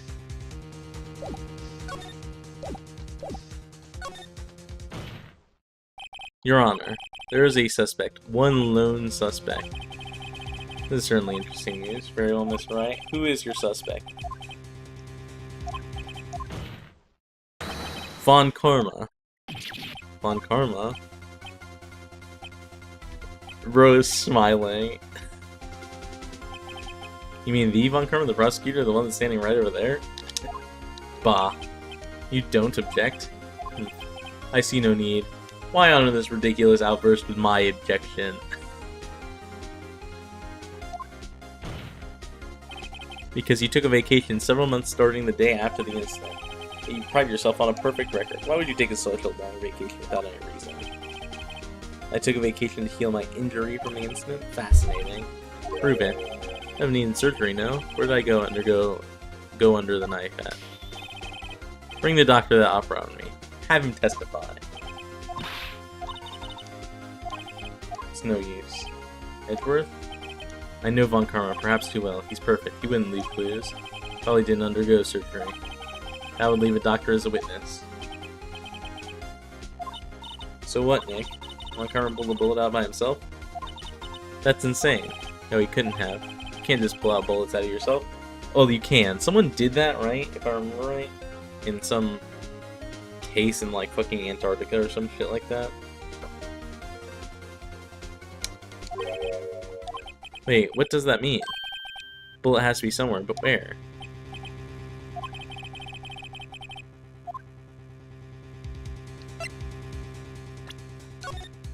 We're really gonna do this, huh? We're really gonna fucking... Alright, then come on, prove it. I'll even use evidence. I know how you like it so much.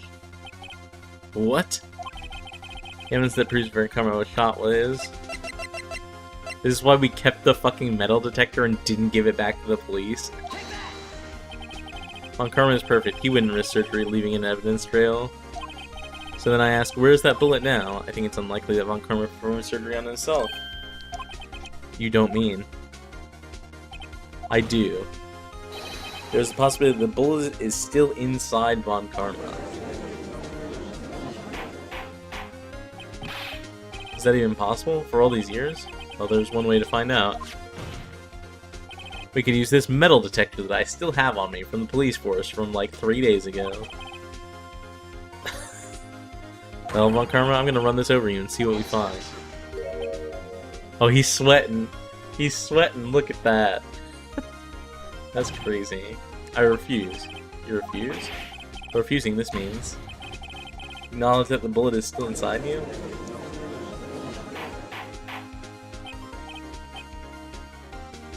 Order, order. Your Honor, the defense requests that we be allowed to use the metal detectors. Judge, I call for a suspension of this trial. This is invasion of privacy. Statute of limitation runs out on this case today. It was you who said we had to end it right here, right now. Ugh. Enough. I permit the use of the metal detector. Mr. Montgomery, you will submit yourself to testing. Nick, what does this mean? I don't know, but we have to give it a shot.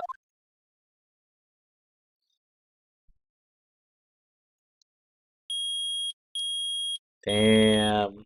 Damn! 3 incriminating beeps. Something's inside his right shoulder. The bullet. Mr. Montkarma? You. It was you. I was afraid this would happen, so I remained silent. Indeed, there is a bullet in my shoulder. However, it has nothing to do with this incident. What? I was shot in the shoulder long before DL6 incident. Committing literal elderly abuse? I mean, there's no abuse happening. I claim that the bullet in my shoulder has no relation to DL6. Mr. Von Karma, can you prove that? Prove? I have no obligation to prove anything. Mr. Wright here must prove something. Not I. Mr. Wright? Can you prove it? Of course he can't. You don't have any of DL6 evidence. That's because you took it out of the records room yesterday. Except we have one. We have ballistic markings on the existing bullet in Gregory fucking Edgeworth's heart. No proof, you cannot convict me of any crime. So sorry, Mr. Wright. No, I'm the one who's sorry, Mr. Von Karma. What? You were close. 1 day away from freedom. But you see, I have proof. What? Who would have thought you would dig your own grave trying to convict Edgeworth? I can link that bullet to your shoulder to the DL6 incident. And here's my final proof. That's a bullet? Where did you get that? This is the bullet used in the DL6 incident. This is taken from the heart of the victim, Mr. Gregory Edgeworth. The bullet here is preserved quite nicely, with all the ballistic markings intact. Oh, are they doing a reprieve of the fucking thing? I literally won that trial? True. So did Gumshoe by just letting us have a metal detector for 3 days for no reason. Even though I specifically tried to return it. Ballistic markings are the fingerprints of a weapon. Yep. It's quite accurate. We have 2 bullets in our possession. 1 bullet removed from Gregory Edgeworth's heart. The other, Mr. Von Karma, is a bullet buried in your shoulder. You can analyze both bullets. Then, if the markings match, we would know that both bullets had been fired from the same gun. The very same pistol. In other words, the murder weapon that killed Gregory Edgeworth. Chekhov's metal detector, for real, for real. Mr. Von Karma, you will let us remove that bullet from your shoulder. Then we'll compare the ballistic markings to those on this bullet. And solve this case once and for all. Well, Mr. Von Karma? Bro is angry. Work. Oh. That scream. I've heard that scream before. That's the scream from when he was shot. Wait, I know. Help, I can't breathe. Quiet. I said quiet, you're not making this any easy. Stop breathing my air.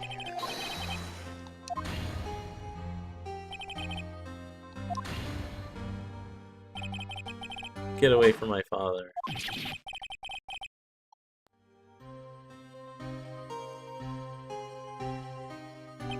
It's the scream I heard in the elevator 15 years ago. Von Karma, it was you who screamed. Mr. Von Karma? Edgeworth, only you would dare defy me. So it was you. Oh my god. Oh my lord. You and your father are my curse. Your father shamed me with the penalty on my record. And you left a scar on my shoulder that would never fade.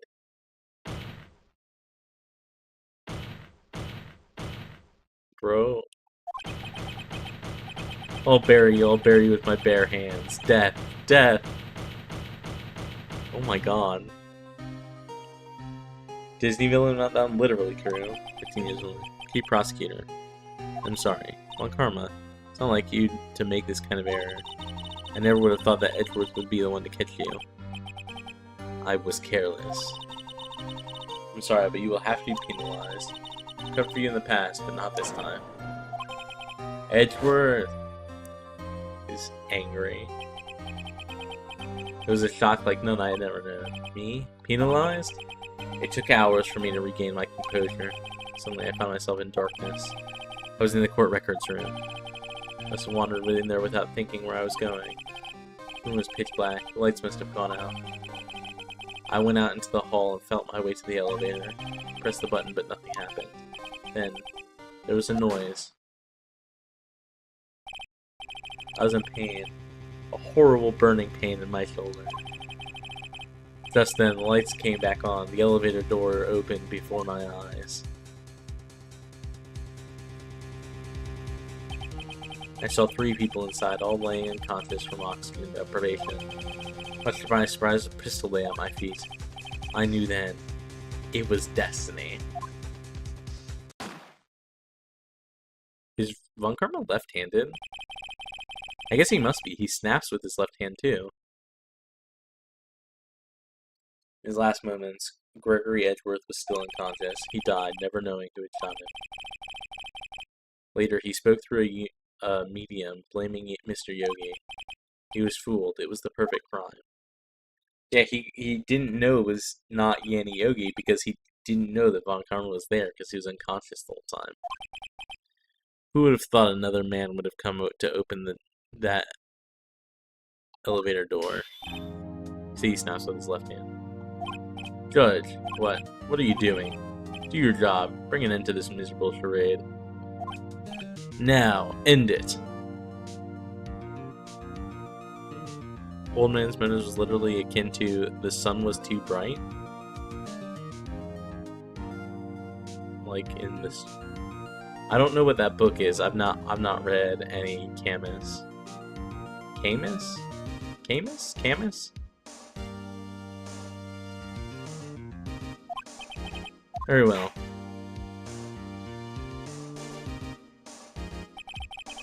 It appears that we've come a very long way to the end of this maze. Very famous French book? Well, that explains why I don't know it.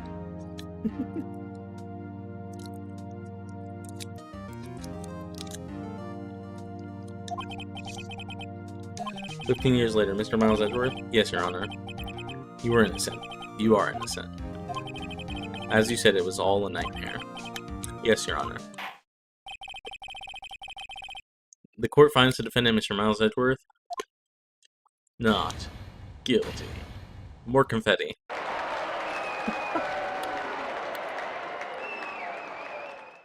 It's okay, Miles. I'll never let anything hurt you. Not even your own nightmares. As well, the court is adjourned.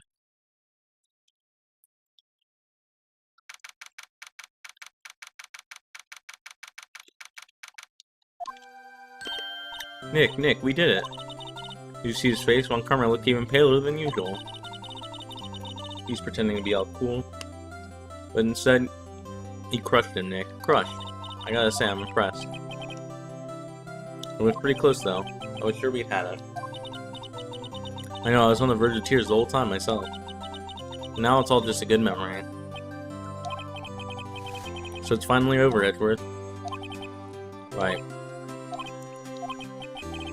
I'm not sure how to say this. I know. Try thank you. Damn. Thank you, Wright. You're welcome. I think you could have done better than that. Sorry, I'm not good at this sort of thing. You got a lot to learn, Edgeworth.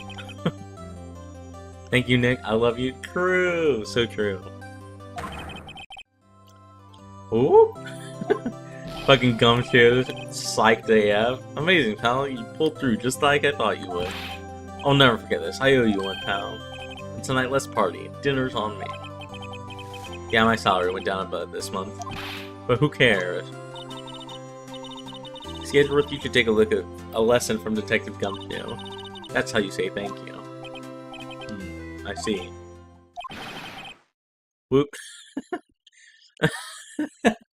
Trying to imagine Edgeworth giving a whoop is crazy. I feel foolish.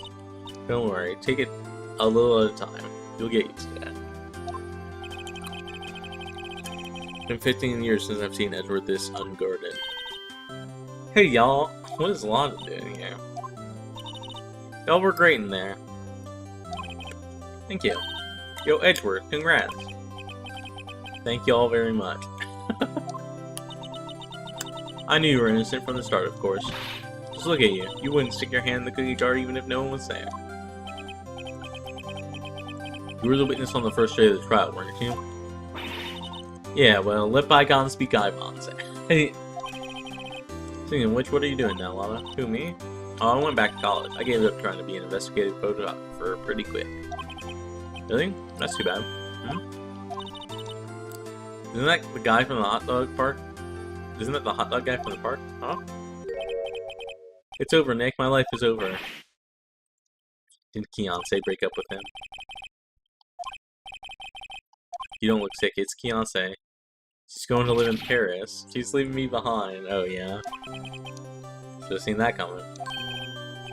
Yo, Edgy, there you are. Yes, here I am. Congrats, Edgy. Here, a little gift from me in celebration.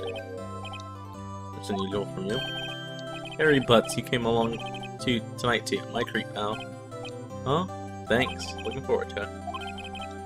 That's the suit that questioned me. When he says treat, that's not police dog for prison, right? Right? I think you'll be fine, Larry.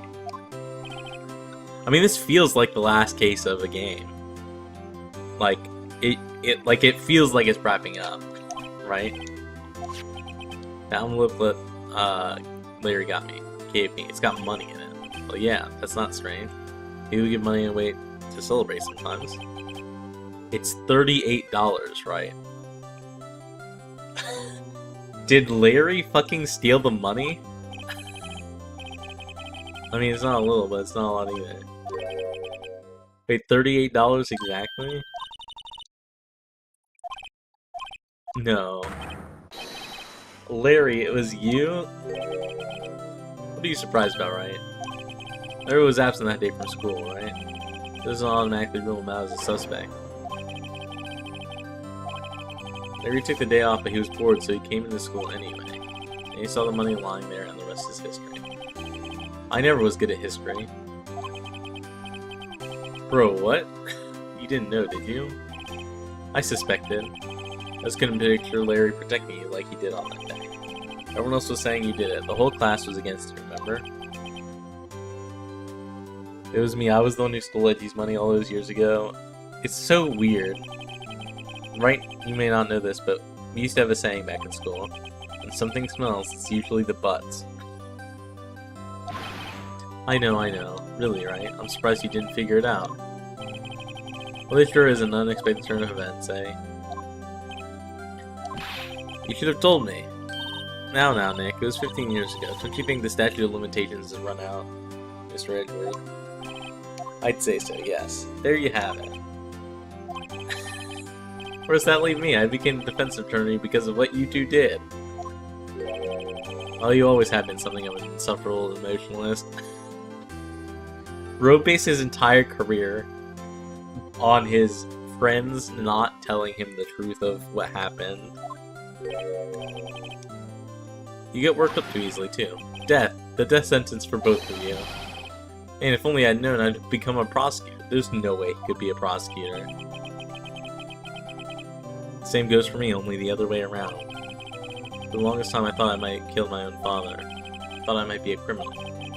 Became a prosecutor in part to punish myself. If I had known the truth, I might have become a defense attorney, after all. Edgeworth, wanna switch right? Hey y'all, line up, I'll take a photo. Hey, photo time, let's go. And after that, dinner on me.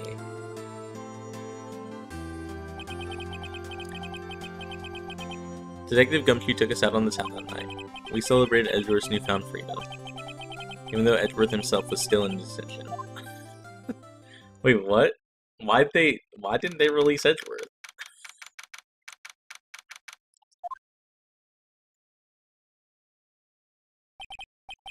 Whoa, I went a little overboard yesterday. Oh, did he drink? My head hurts, I guess so. It's only 5, maybe I should go back to sleep. What's this, a letter? Good morning, Nick. You were really impressive yesterday. Seeing you, it made me think about what I'm doing here. I'm a spirit medium in training, of course. I wanted to help Mr. Edgeworth too. I wanted to help you. But I couldn't, I was useless. What? She's the one that literally got the bullet. So I've decided to go back to my training. Become a full-fledged... How is there another trial after this? How'd they stick one in after this? So there's no Maya? Like, this is like clearly the end of the game. I'll become a full-fledged spirit medium for starters. I couldn't say it to your face, so I left this letter. Goodbye, Nick. Goodbye? What time is it? God, the first trains through the mountains have already left. The station. You truly did save me, even from my own memories. I can never repay you for this, but I'll spend a long time, as long as it takes trying. True. I love it. I mean, you should write. I guess I'm too late. Hey! Nick. Maya. So you're leaving? Yeah. It's hard being a spirit medium who can't talk to spirits. And I think you'll do fine without me, Nick. Be good, okay? Hold it!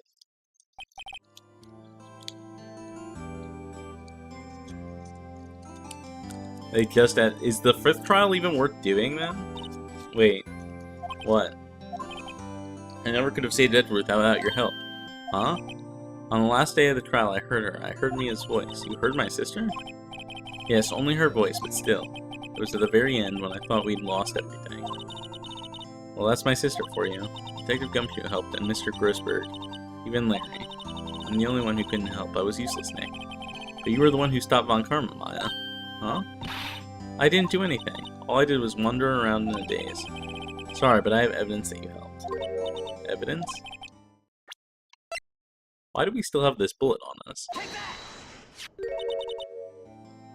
Bullet? Von Karma was convinced he had taken all the evidence pertaining to DL6. You were the one who rescued the last piece of evidence we needed. This is the bullet that put an end to Von Karma. And you were the one who gave it to me. Thanks, Maya. I could have done it without you. I'll be back soon. Huh? I'm going to complete my training and come back. Okay, I'll be waiting. Aww. Of course you will. You can't run that office by yourself. You're hopeless. However, recall playing the 5th trial. It was paid DLC for the WiiWare version of Ace Attorney 1. I never bought it because I won the 2nd game immediately. Oh, interesting. I don't know about that. So this is it. See you soon, Maya. Aw, look at that. We got a special CG. Thanks, Nick. That's cute. That's so cute. And so my story ends. Time to turn a new page and say goodbye to the novice defense attorney that I once was. Now a new story begins. With the same old crazy cast of characters. Ah, don't think you've graduated yet, amateur. Mr. Wright, perhaps you'd like to rethink that claim? Oh no. Aw, that's cute. Oh, so it is the end of the game.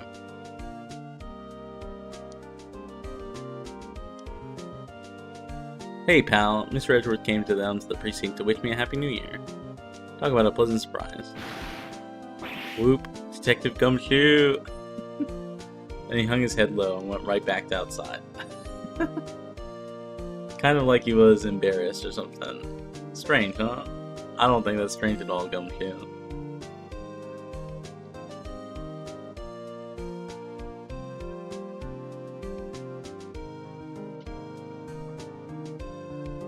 Huh, Nick?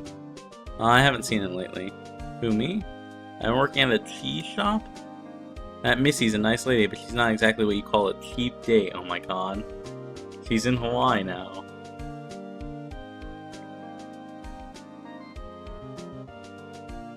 But even there, not by much. I don't know what that means. Is Apollo Justice like a different game or something? Pain? Ooh, right? I remember him. He's just been busy lately. And not to ring my own bell, but I sort of taught him everything he knows. I'm sure he's grateful. Okay, that's just a lie? Literally lying?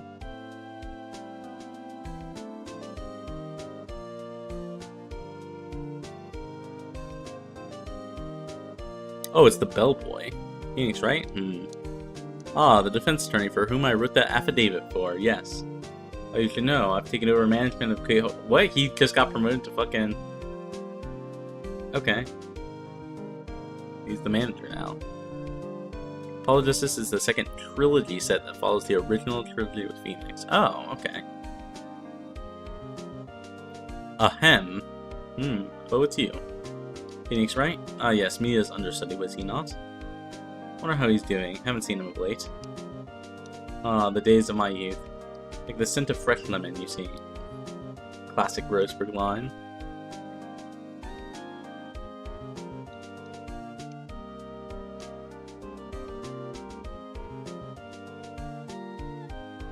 Oh my god, old bag.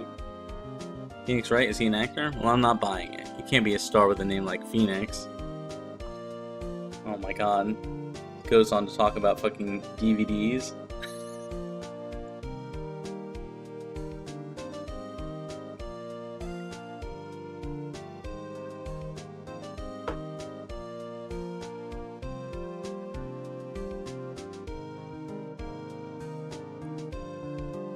I'm keeping my face out of the public eye until the show's over. I wouldn't want to ruin any kids' dreams.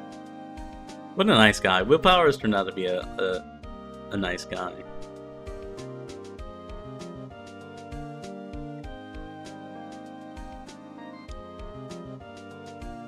Oh, it's Penny.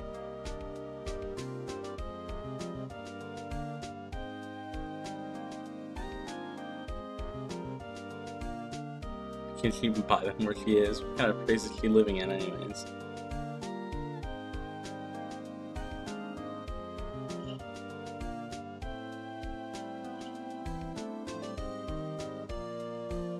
I really like this. This is a very interesting...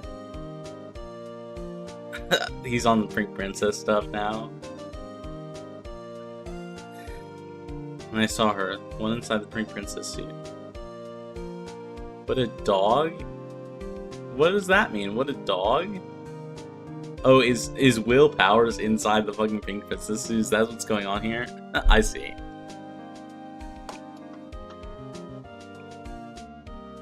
Yeah, I remember, right? That lawyer guy. Me? I'm trained to become a paranormal photographer. In that picture I took of everyone? Well, just behind them, there's a ghost. For real. Now that's talent. I'm gonna be famous. Is fucking Mia in the photo? That's crazy.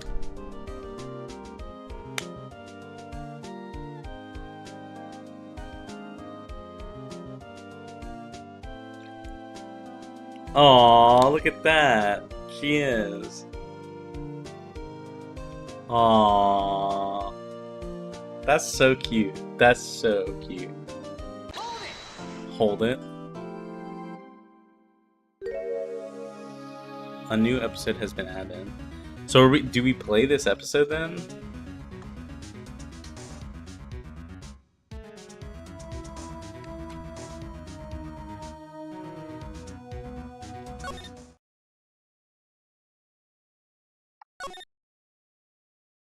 I mean, we're definitely saving, right?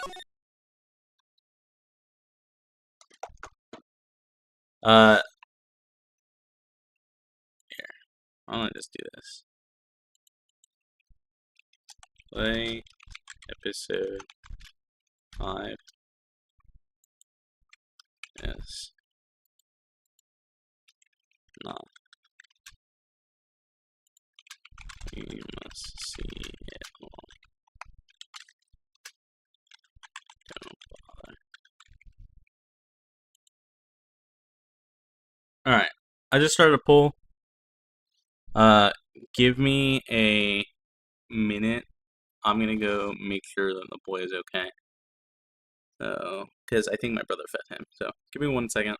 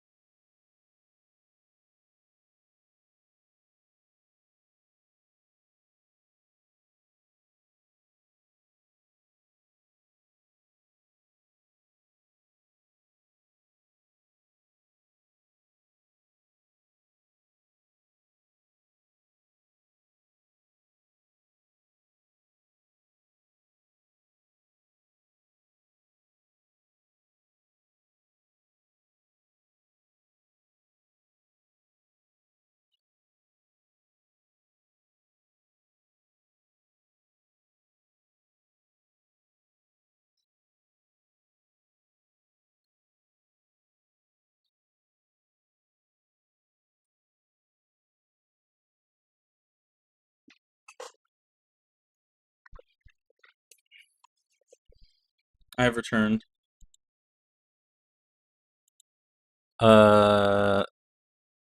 One vote for yes. Okay. I mean, I don't care.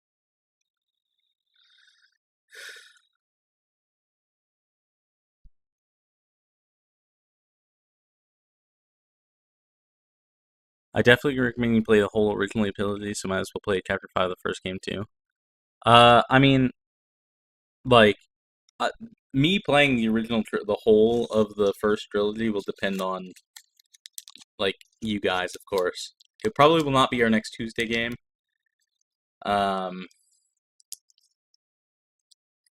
Because, like, usually we just switch between games, series, between, like, and I don't tend to play game series back to back, and the one time I did, it was with Nier, and I do not want to do that again. So, it probably will not be the next Tuesday game regardless. So,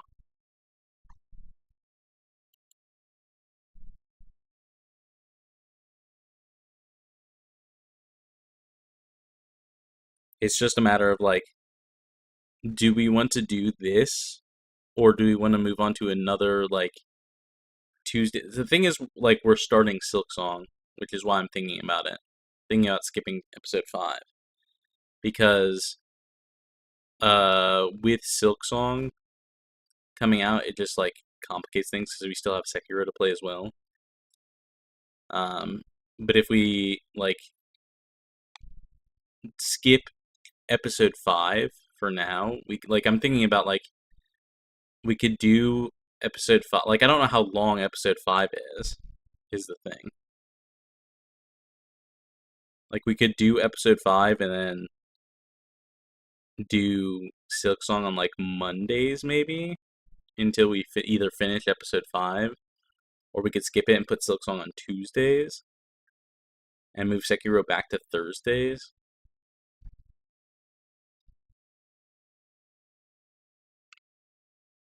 Like, I'm trying to plan out how future weeks will be played. I always start with episode 5 as a prologue for when it's time for Ace Attorney 2 way later too. That's true. I don't know how relevant episode 5 is to the rest of it, because you said it's like a prologue for the next series or something. Sorry, I'm not clicked on it. There's a character that becomes relevant in Apollo Justice, which is like the second trilogy. I also don't know. I guess that's fair, because you also have not played episode 5. Has anyone here played episode 5?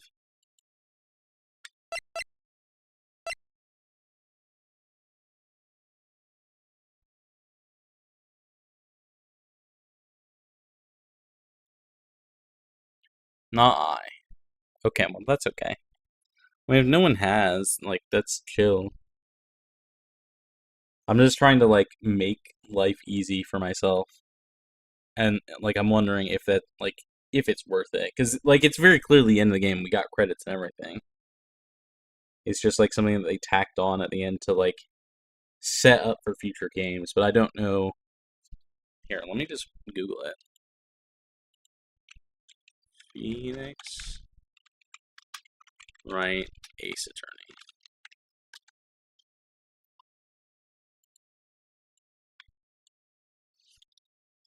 Are we all WeWare kids here? I'm not sure.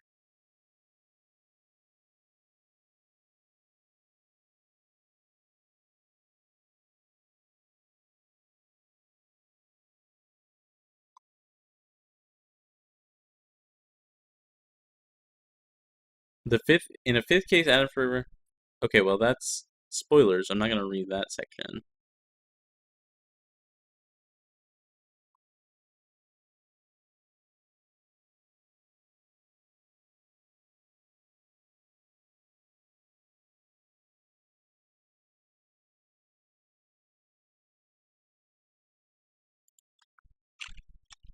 Phoenix Race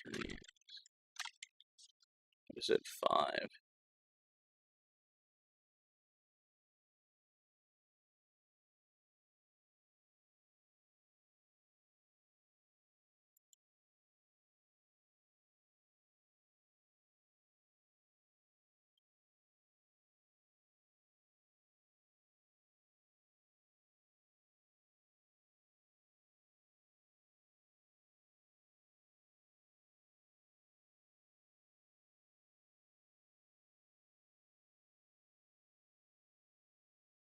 Um,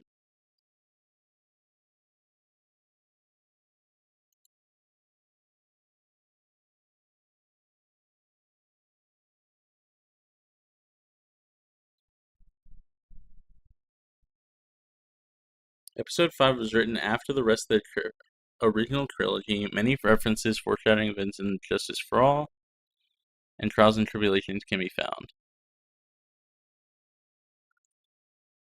Hey Cosmic, how's it going? I might ask you for your opinion. Not got to stick around, not got time to stick around. That's totally okay. But I figure I might ask. Should we be doing episode 5 immediately? Because it was added later. Because we just finished episode 4, right? Think you should play episode 5. I'm wondering, I guess, should I be playing it as part of Phoenix, like episode 1, like of Phoenix Wright 1? Should I do it as a prelude to 2? Because, like, my schedule, for the record, I stream 3 times a week, right? And usually I would be playing Phoenix Wright in the Tuesday slot. And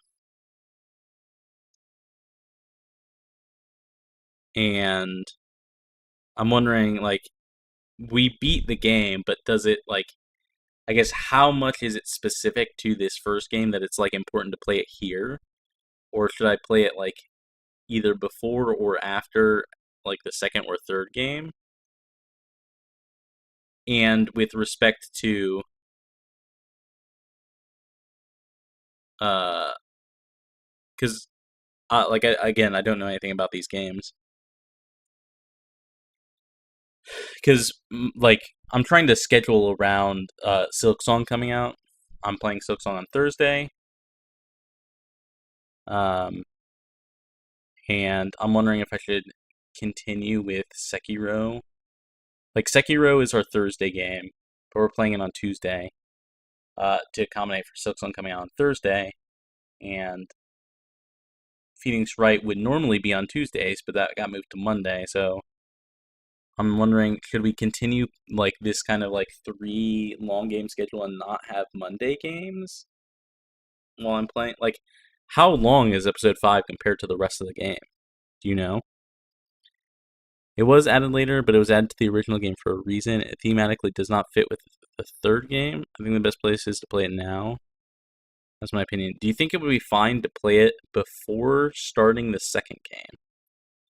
Because we probably won't start Phoenix Wright Ace Attorney 2 until you got, for the record, in case you haven't like joined the Discord, I recommend joining the Discord. All of my supporters choose which games I play. I put up votes. So I would think it's better now than later. Okay. I mean, we can keep playing. If you guys think it's better.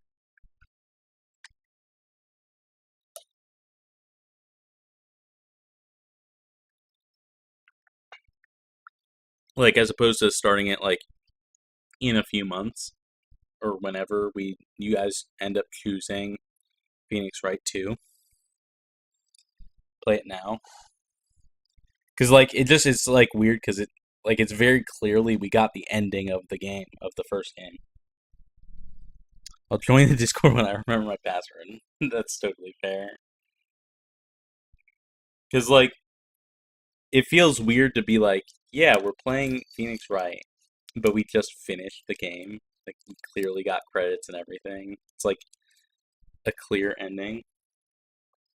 What is it, bud? One second. My cat needs more attention.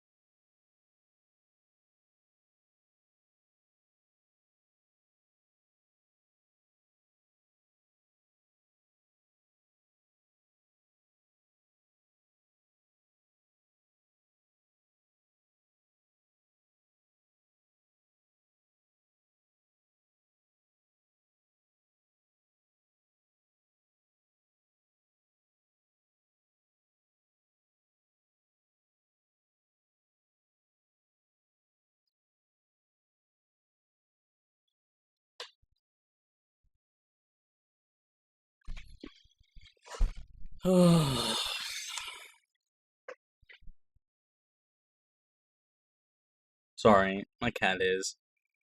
For those who don't know, my cat had surgery this past week. That's why I didn't stream on Thursday. But he's like better today. He's like actually like kind of back to his normal self today. But um he's like clearly wants to play, and I'm not like allowed to like play with him basically because like he likes to play with toys that he like can chew on, and he can't have anything other in his mouth other than like soft food basically. So we can't play with any of his toys because he would be chewing on them. It is slightly disconnected from the main story for the first game, but I still think it's best played now. Every other game has 5 cases, and this case was originally added to the pad to pad this game to 5. It's still designed to be played after case 4. I mean, okay. Are you guys fine then? Is everyone fine with me continuing Phoenix Wright? Like that means we won't have Monday like games for a while until we finish Phoenix Wright. Is effectively what that means.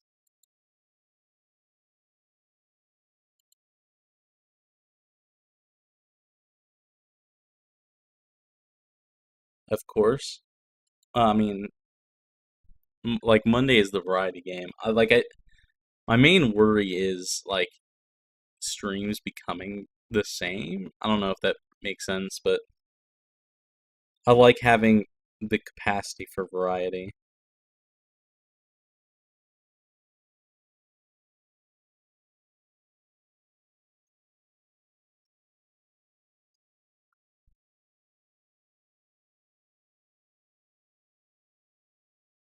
How long did case 4 take? Was it 2 or 3 sessions? I don't think from memory case 5 was longer than case 4. It was 3. It was 3 weeks. Case 4 was 3 weeks. Because this is our 6, maybe it was 4. I don't think it was 4. I think it was 3.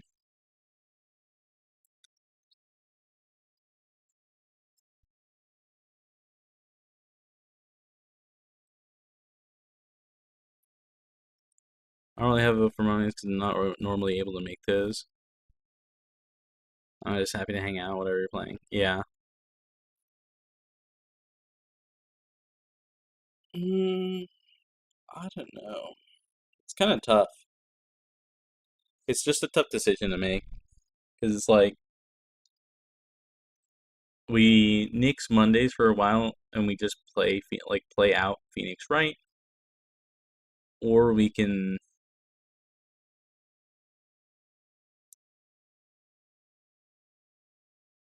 like wait.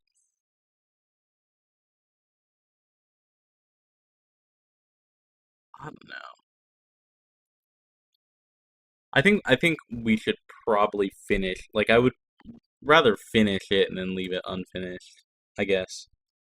If you guys are fine with Monday streams becoming Phoenix Wright until we finish it, like I think I'm okay with that.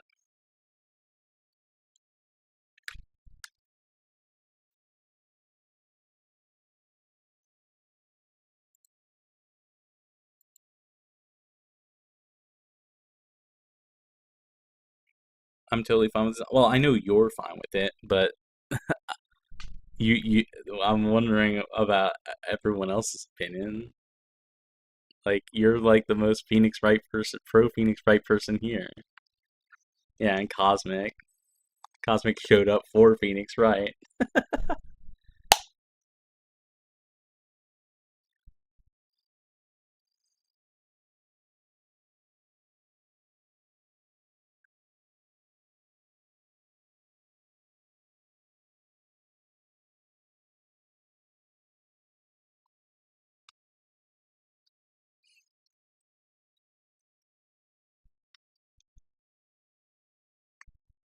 Notably, you're asking Ace Attorney streams audience this question.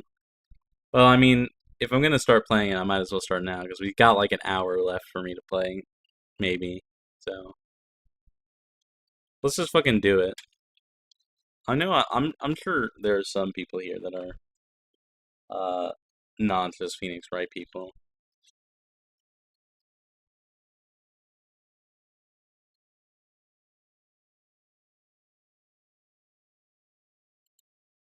Give me 1 second. Let me get this ready here.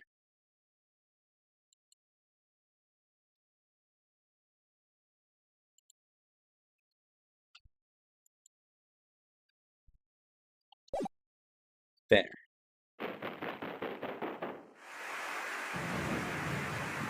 Okay, this is already very different. Like, you can tell it's made, not made at the same time. Because this was not, they did not have this in the first 4 cases.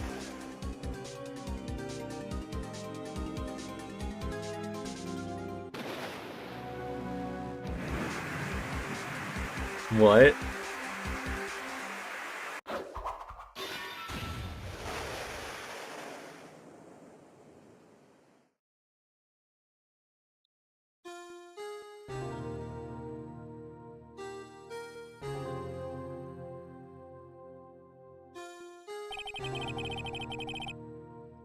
It's been 2 months since Maya looked. Are we just gonna have a case with no Maya? That's crazy. I would totally watch your Sekiro streams, but don't want to spoil my own playthrough. I'm about to face Genichiro. The Genichiro, literally, I have an entire stream that's just me fighting Genichiro. Literally from start to finish. It's just, like, I started the stream, first thing I did was fight Genichiro, the last thing I did was fight Genichiro.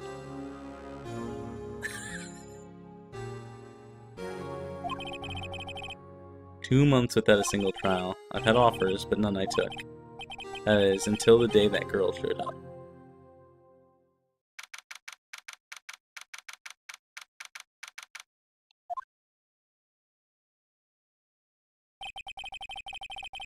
Why do I come here to the office every day? It's not like I want to work. There you are, finally. Where have you been? My sister's trial is tomorrow. Who are you? It doesn't matter who I am. It only matters who you are. The famous defense attorney, Mia Fey. Oh, no. Oh, you're not Mia Fey, are you? I'm sorry, but Miss Mia Fey no longer works here. So you are the coffee boy? I'm Phoenix Wright, a defense attorney. Right. Wait, you're the Phoenix Wright? Phoenix Wright from the Edgeworth murder case? Yes, that's correct. It wasn't Edgeworth who murdered, though. That's a relief then. You're better than nobody. I'm sorry, I'm afraid I'm not taking cases right now. But you are Phoenix Wright, right? The undefeated defense attorney? Look, I'm not accepting new cases. I'm sorry, but you'll have to try elsewhere. Please. I'm out of time. Please, you have to help. It's my sister.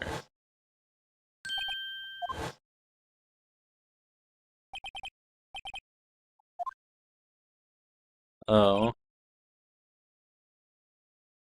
Meet Maya too? Oh god.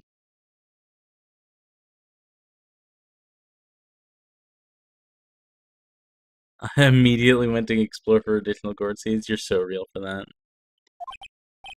Okay, I'll hear you out. Really? Thank you so much. My name's Emma. Emma Sky. I'm a scientific investigator.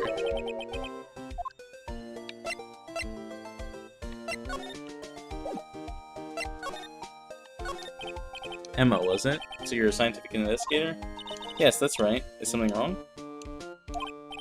No, it's just you seem kind of jumpy. Maybe just young. Young? I'll be 16 years old this year. God, she really is just a child. I'm said to be formally assigned to forensics in 3 more years. My work is becoming quite well known at my age, no less. So what exactly is your current position then? Well, legally speaking, I guess you call me an 11th grader. Oh my god. So I'm ready to do my job at my age, no less. Another future professional in training. So you want to be a scientific investigator when you grow up? Excuse me? I'm not a child, I'll have you know. You literally are a child. Still, it's good to have a goal, albeit a very unusual one. I believe investigations should be done scientifically. Don't you? Sure. Phoenix does not. Let's make that clear. This case is handled scientifically. I'm sure my sister's name will be cleared. Your sister? I've been doing research, you know. I'm developing a new scientific method of case investigation. I'll show you when I'm done.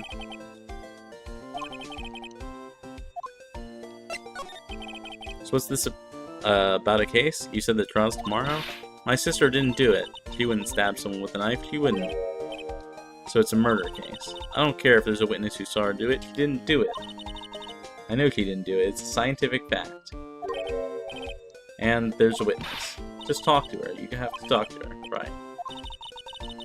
I promised I'd bring her Mia Fey, but that's interesting. How would she know Mia? My sister asked for Mia specifically. This Mia Fey person was a few years below her in school.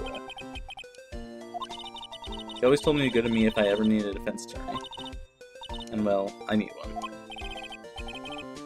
Some of the scientific fact is, we're just brushing by that.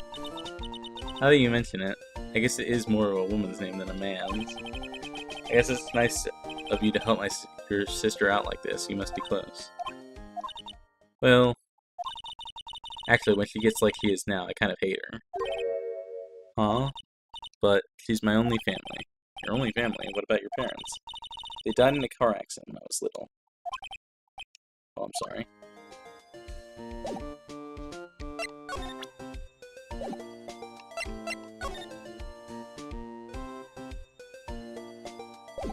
I mean, I guess.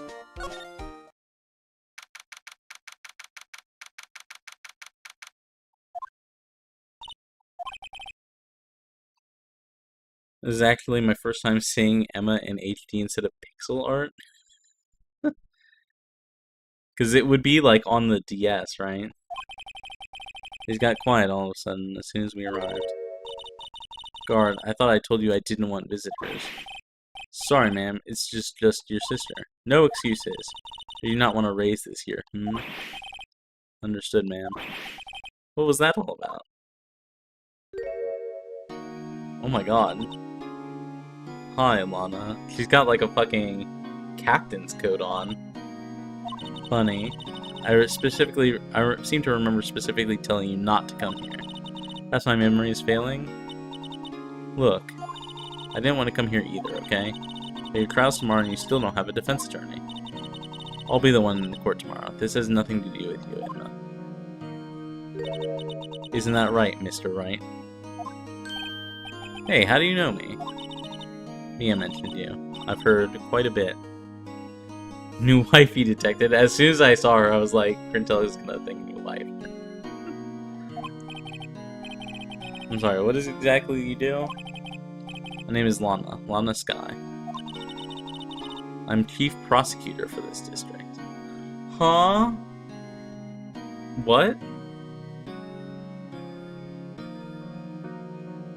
Was Von Karma not the chief prosecutor? You're a prosecutor?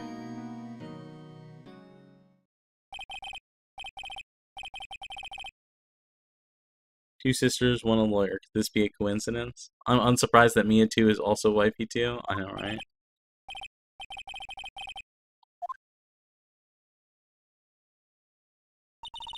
Something wrong, Mr. Wright?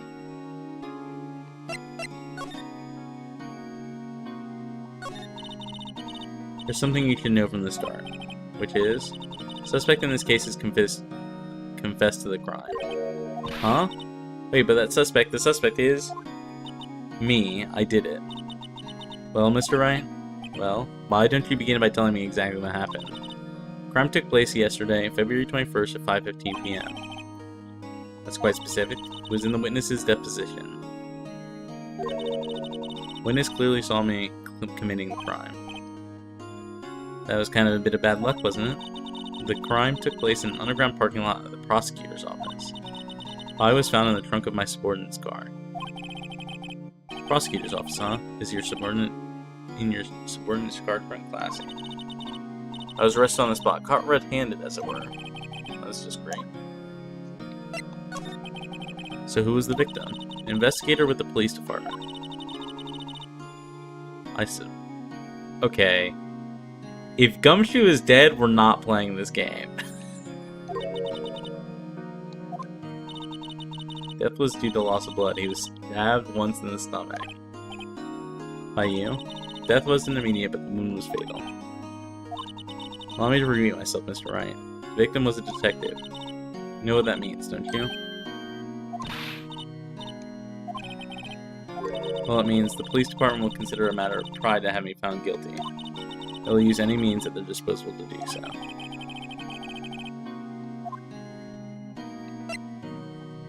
That's the most handsomest boy.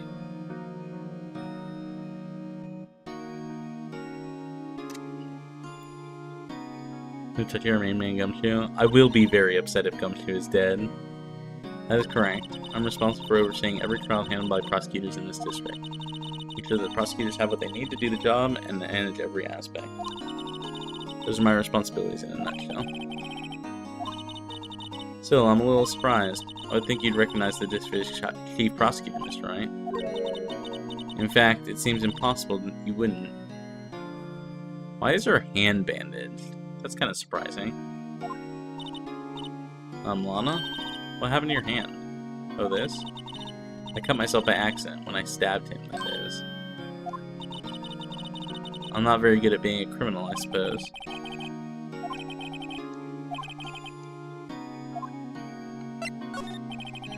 You were in school with Mia, correct? A few years above her? Emma told you that, did she? Well, why not? I did drag him all the way here from his office. Though it seems he has very little in common with Mia. It was in law school. I was in my 3rd year, and she was auditing the class.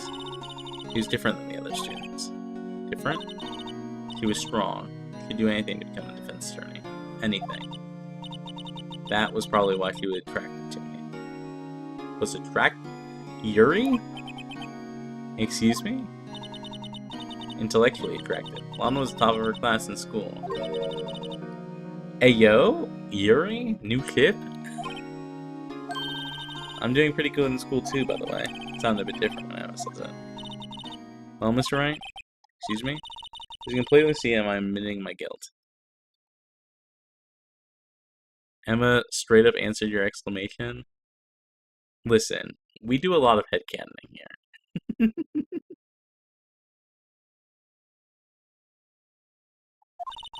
I think it's safe to say there's no way you can take this case. None. But Lana. Why? Why are you doing this to me? Never think of anyone but yourself.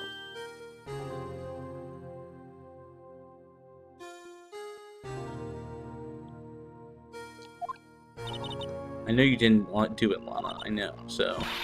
How can you say you did? If I lose you, I'll be all alone. I hate you, Lana.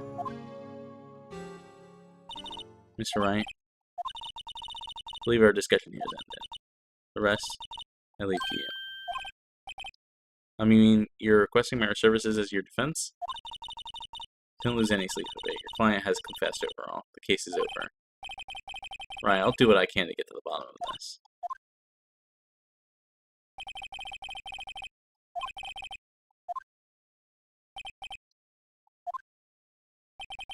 There's something else going on here. I'm about to find out what. I'm sorry, Mr. Wright. About what? My sister. She's not always like that, you know. She's never expected to be defending another prosecutor again. She's changed a lot. She used to be so gentle, always smiling. Everybody liked her. I see. What happened to her? I don't know for certain myself. I think she maybe she, well maybe not. Let's go check out this underground parking lot office at the prosecutor's office, shall we?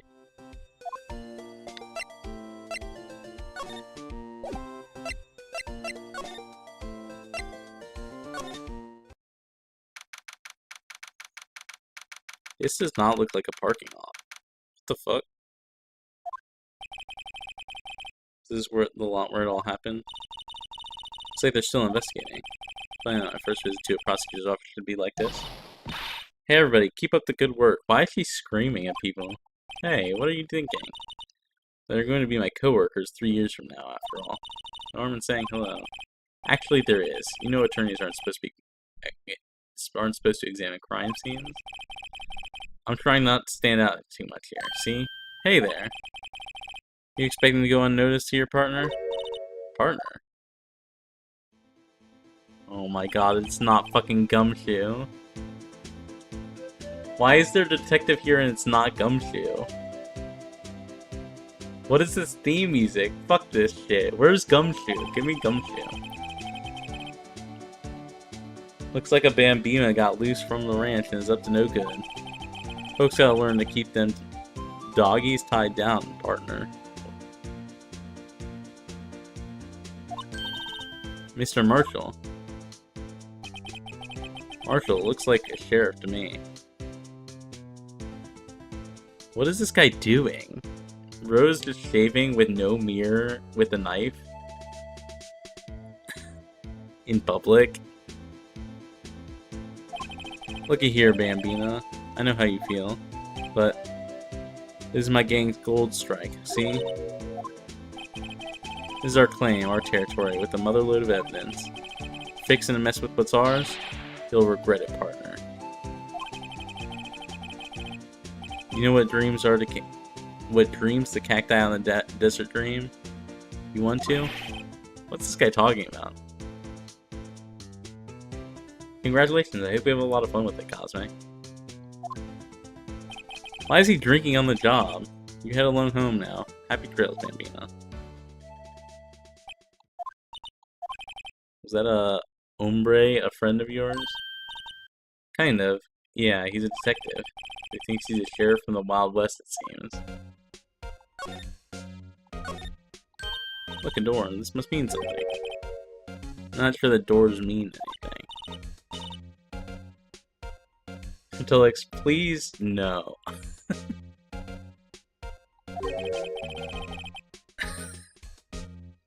So let's see what's mysterious about it. It's right. You need to learn to enjoy life more. Let's finish our investigation first, shall we? What's this? A wallet? Excuse me, officer. What are you doing, Mr. Wright? What am I doing? I just found this wallet. I'm handing it over to the police. I don't believe it. Anything at a crime scene is evidence. Let's be scientific about this, please. Just put it in your pocket. How is it scientific? Sounds like theft.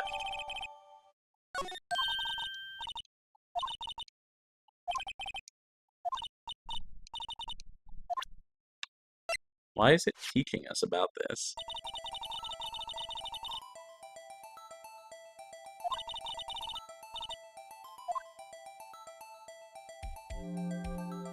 What? Oh, is this like the DS mechanic or something? What the fuck? What just happened? With the press of enter? I don't have an enter button. I'm on a controller. A? This is an ID card. Sergeant Bruce Goodman.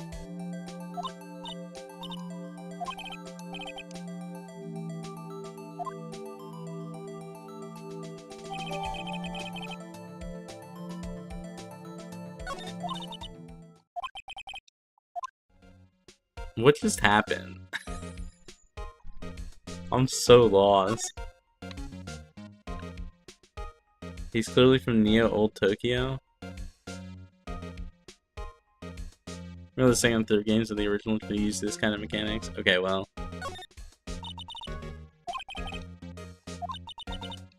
Oh, that's a room, a security room?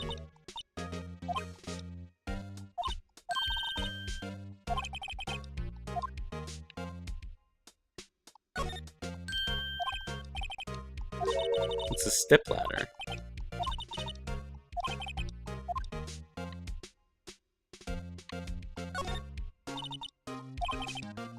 Yeah. What are you talking about? It's plainly an exit. It needs both. Who's the most handsome boy?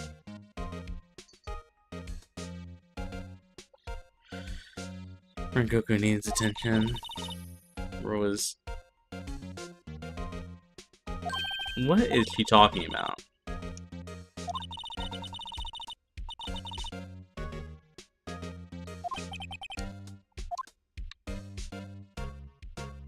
I think this one might be a regular ladder. It does fold. Tough to say.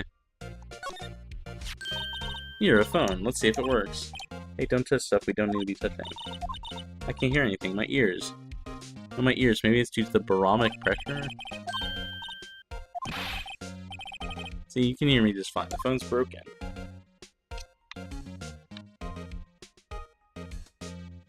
Doesn't seem to be able to stand on its own. It's just leaning over.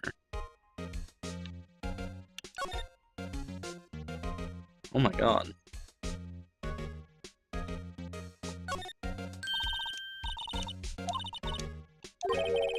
Well, partner, looks like you got no intention of going home quietly. Like I said before, this here's our claim. You'd best be on moseying along unless you'd be fixing to bite the bullet. Did an officer just threaten a civilian?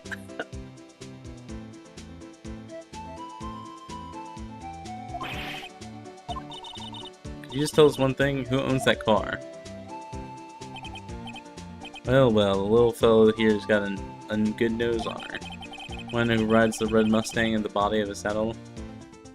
The body in the saddle? Please. No problem, Powder. About time for victuals anyway. Get yourself to the saloon up on 12th floor of the prospector's office.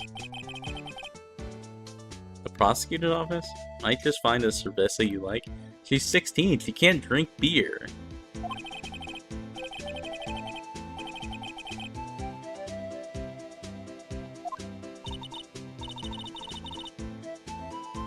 Note yourself, look up Vittles, Saloon, Cerveza. Cerveza is beer. 1202, the High Prosecutor's Office. In any case, stay away from the car. You can look around here all you like, just keep your paws off our claim.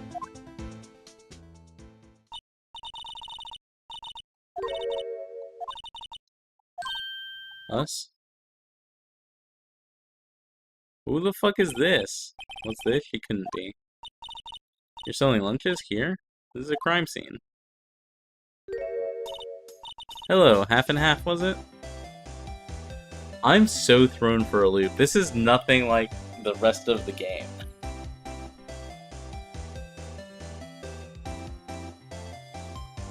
$20 to 30 something Western Shunyobu? Yes.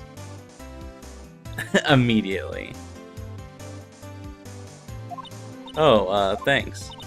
And you, sir? Yes? Some crunchy goodness at you. Thanks. Interesting way of doing business. Series off limits to anyone without clearance. Especially passersby. Or are you officers? No, but you. Pacing of this one's way different. We're just meeting a bunch of new characters. Like, the game, like, clearly established all the characters in previous, like, episodes. But like this one, we haven't seen anyone. We haven't seen Edgeworth, no Gumshoe. Like, Gumshoe should be the one here, right? How many wifeys are in this chapter I never played? Well, that's hardly a way to greet someone. Even my days as the cough-up queen are over. Cough-up, huh? I'm feeling kind of full. Maybe I'll pass up on lunch. I'm quite connected to this case, you see. They couldn't make it interact too much with anything else since it was a later edition. Well, I mean, they could. They would just have to be careful about writing. Like, it's not... Like, it'd be like if you wrote, like, the fucking... what do you call it? Rogue One. Like, Star Wars Rogue One came after all of episode, like, 3 and before episode 4. Like, it's smack dab in between two trilogies. Like, you just have to be careful about what you're writing. Or, like, what do you call it? The Han Solo movie. Or the entire Clone Wars series. Like, the Clone Wars series happens, and it has all the characters that are just in the first trilogy. Like, they do introduce new characters in these, but they're not like the major characters.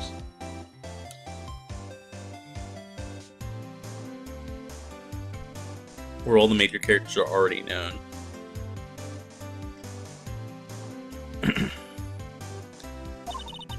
The images are burned in my eyes, you might say. Yes, all the sword and secrets. Oh, is she the witness? Especially on now this one. Dear me, you are a slow one, aren't you? I'm referring to the murder, stabbing of that detective. What?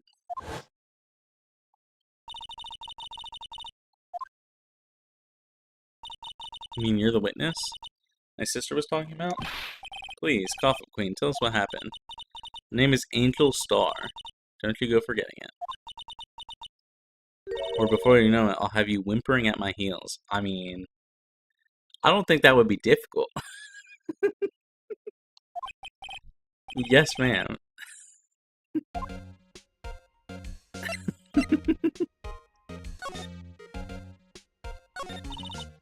Is that a threat or an offer? Literally true, Cosmic.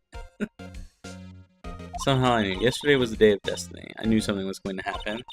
Just like I know that the daily special on Friday every week is salmon. Destiny? It's yesterday special for some reason? You're a defense attorney, right? You should know then. You should know the foul misdeeds of the evil ones who haunt this den of inequity. Prosecutors. They have no qualms about all the blackening about blackening the names of innocents. Yesterday paid homage to one of the most evil one of all. They gave an award for King of Prosecutors. What a farce. Saying there was some sort of prosecutors convention yesterday. I was almost compelled to lace their lunches with something foul. You have a personal grievance against prosecutors or something? Is there some kind of scientific evidence for this evil? Young miss, mock me at your own risk. You'll soon find out why they call me the Cough-Up Queen. I like how when she's like looking evil, her bangs change what side they're on, and so you see a different eye. It's very silly. The most heinous ones of all the evil ones, the one they awarded yesterday, it was in his car they found the body. Proof that he devours the evilest lunches of all. Really? Really what? I'm totally confused. One thing's clear, this lunch lady has a thing against prosecutors. Heterochromia queen. She doesn't have heterochromia, does she? Both her eyes are gray? I guess we'll see. This one's clearly gray. So what is it exactly you witnessed, Miss Star? It's a fascinating spectacle, to be sure. I now feel I know what they talking about when they talk about a woman's wrath. To see Lana Skye wield that knife, so...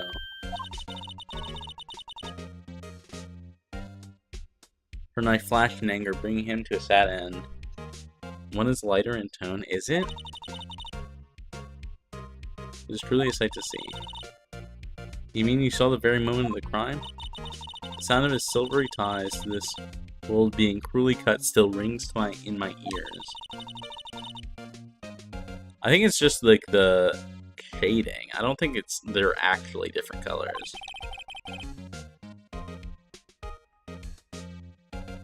Your pupils dilate and just the other sprite. Wait a second, you know Lana Skye? Of course. There's quite a few becoming chief prosecutor. How many lunchboxes of sin did she pack to make that journey, I wonder? She always travels light. Why would this pretty lunch lady know the chief prosecutor's name? Could we ask you about yourself, Miss Star? I come here every day to sell lunches. I import only the freshest and best from the Far East. For some reason, the box lunches are a hit here. Why not make the lunches here rather than import them? Did you say something? No. Only true connoisseurs can understand. The kind you can only tell someone who has tried General Tso's trilobite lunch set. Never mind, you win. I don't even want to appreciate part of a trilobite's flavor. Anyway, I come here every day to sell lunches. My boyfriend works in the security room here at the prosecutor's office.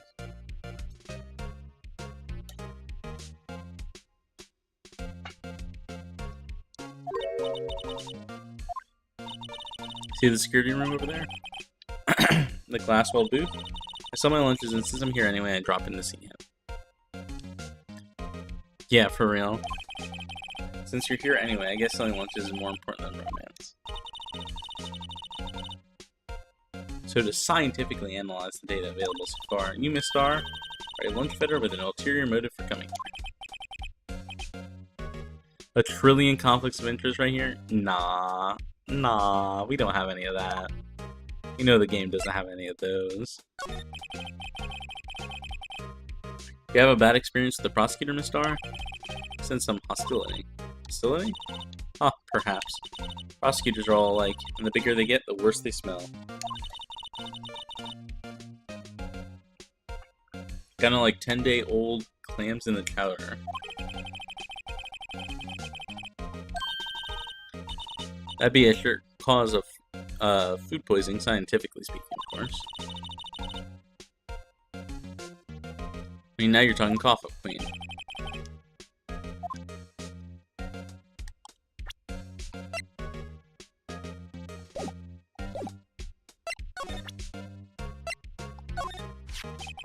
Well, this card.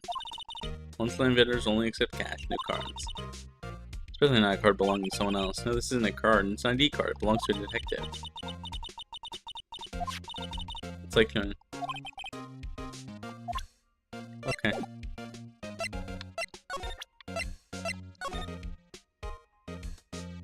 What? Oh, I can check it? Why can I check it?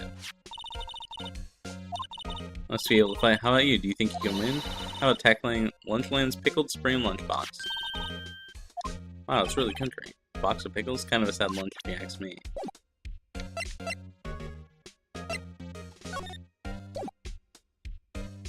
Well, it's not pretend coffee queen sounds either. It sounds like she's mugging people. That's what it sounds like. I guess we go here.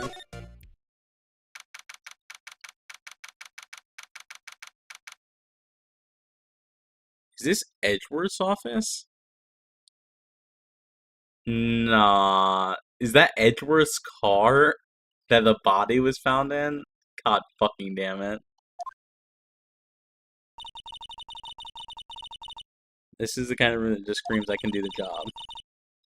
What a change from your office, really. Look, there's a trophy or something here. Trophy?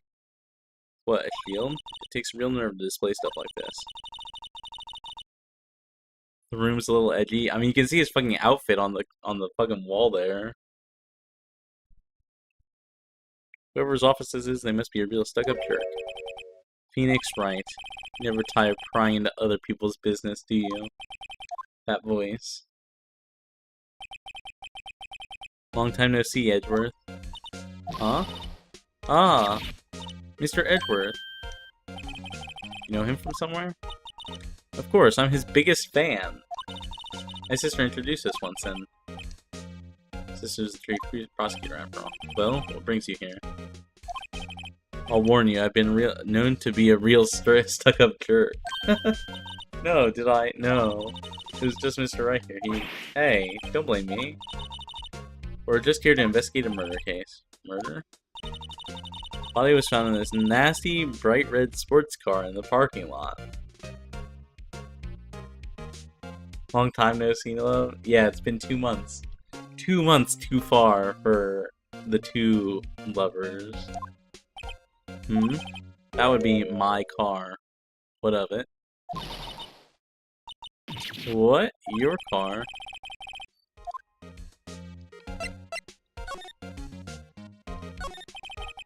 So the body was found in your car? Go ahead, say it right. Think I did it, don't you? After you went through all the trouble to help me last year, no less. Look at how shy he looks. Why does he look so shy? It's very un-Edgeworth-like. This does not look like Edgeworth at all.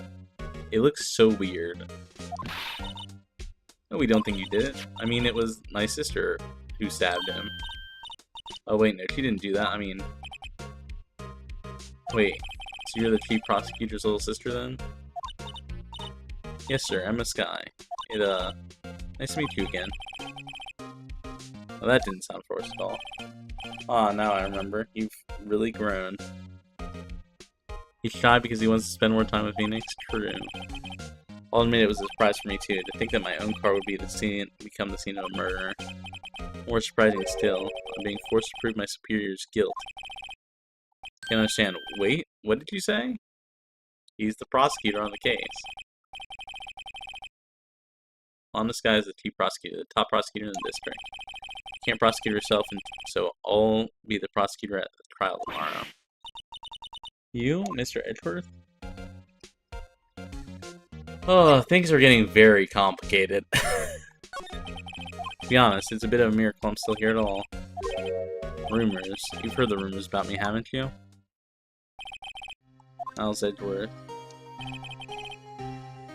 It's hard to remember a time when there weren't rumors about this guy. Forging evidence, arranging false testimony, and legal searches, you name it. Thanks to you, my innocence was established in the trial at the end of the year. However, there are still some who say I'm responsible for the current incident. That's crazy. Some people need very little excuse to think ill of others. With all due respect, you can't just update an autopsy report. I mean, he did. It's fact of life, impossible to stop. Some of them even go so far as to present me with toys like this. I think it's funny.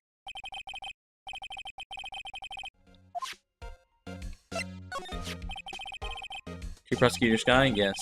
We first worked together on a case 2 years ago. It's my first big case.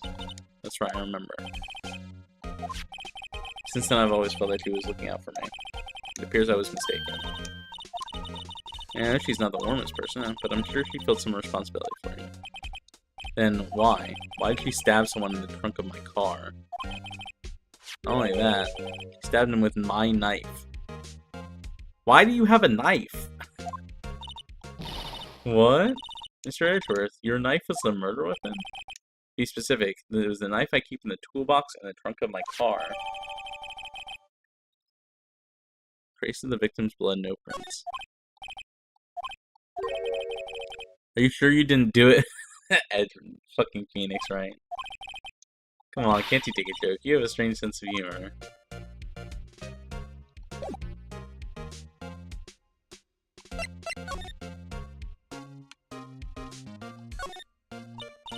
My, what an amusing bouquet.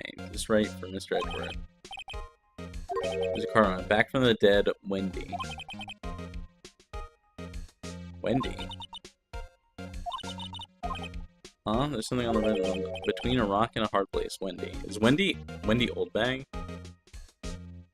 Oh my god, bet that knife has a real sharp edge. Is he Mr. Edgeworth's fiancé? Yeah, it's Wendy Oldbag. I don't think so. Wow, this jacket is even lacier than his usual ones. This must be his lucky trial jacket. Lucky jacket, right? I've never seen him wear it. There's a story behind this why it's in a frame. Maybe I'll be naughty and take a picture. What? Right, how dare you? Phoenix, how could you? I'm wondering, what the heck is this? It has a big K on it. Huh? What's that? It's the King of Prosecutors trophy.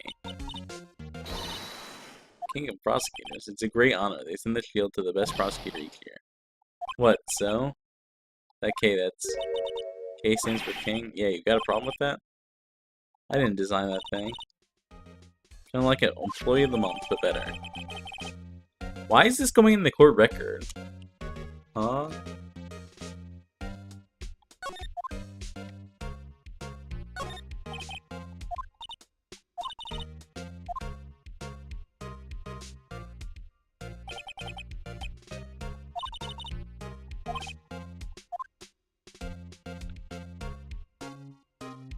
Why is Gumshoe... What? Hey, chessboard. I'm not... Will it lose?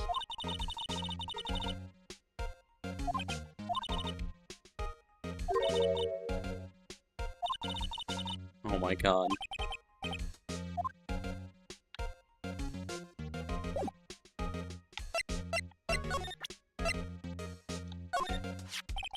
Edgeworth, I was wondering about this.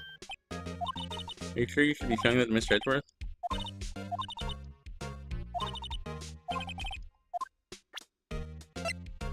Yeah, I'm wondering if it's who the victim is. We don't know who the victim is.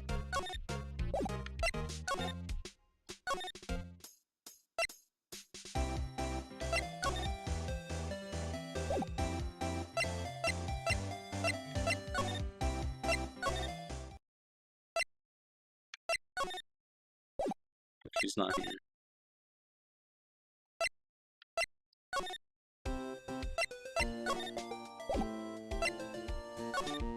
Did I miss something?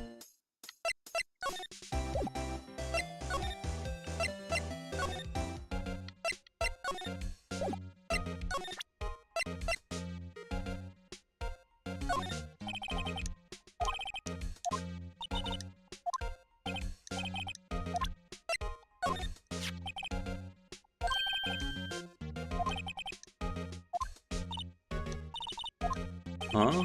I had to go to the police department to receive that broken shield. The police department? Right next to the police station downtown. You've been there, haven't you? Where Detective Gumshoe works? Yeah. I was wondering something about your shield. Why is it broken? Does it matter? I've got more important things to worry about. Yesterday was a very busy day for the prosecutor's office. Maybe we can ask him more about yesterday? Oh my god.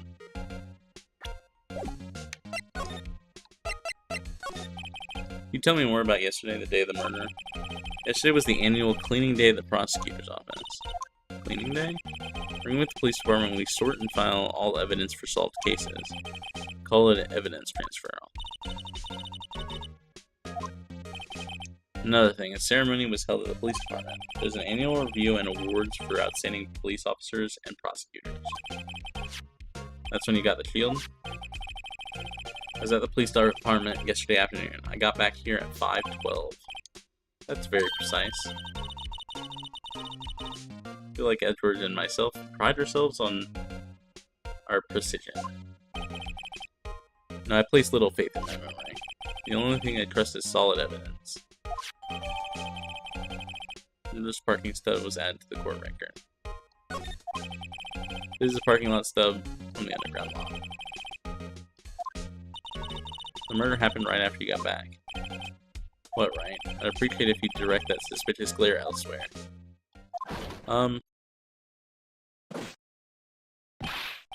Excuse me, but Mr. Edgeworth is... Mr. Edgeworth anywhere on the... Who the fuck is this? And why is it not Detective Gumshoe? I'm Edgeworth, what is it? I'm here, sir, at the request of the chief, sir. I've got your report, sir. Report? What? Did you find new evidence in the case against the Chief Prosecutor Sky? Sky, sir? No, sir. No name of that guy. Not in this report, sir. I think I just heard Edward's lid below.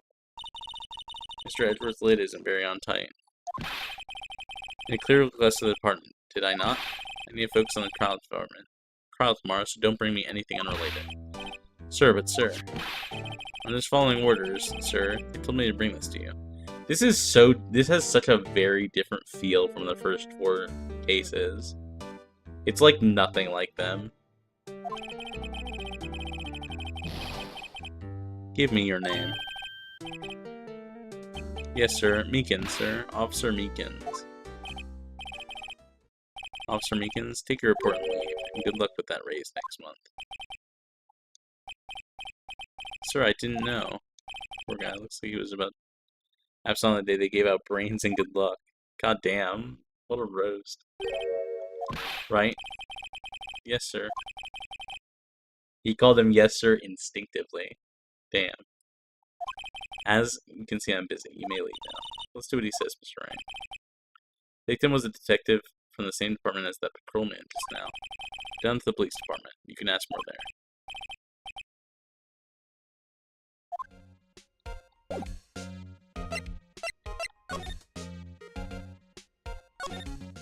Thank you. We'll be ending stream here soon anyways.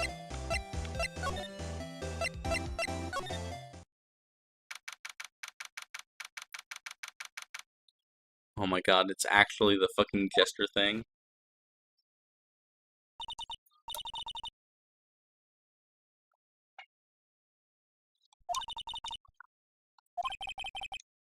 Took almost 30 minutes by taxi. Traffic wasn't even that bad. Only ever been to criminal affairs next door. Good night, Cosmic. Thanks for stopping by. Why does it undulate like that? This is the Blue Badger. They're trying to make him the police mascot. Sure know a lot about the police. Yeah, we learned about that in the last one. They just seem familiar somehow. Look at that Blue Badger. Who's that next to him? Sure is running over too fast. Oh, thank God. Detective Gumshoe's fucking alive and he's not dead. Thank Christ. Hey, pal, what are you doing here? That's my line, Detective Gumshoe.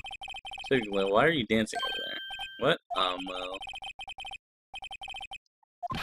Hey, I'll have you know I'm a very busy man, pal.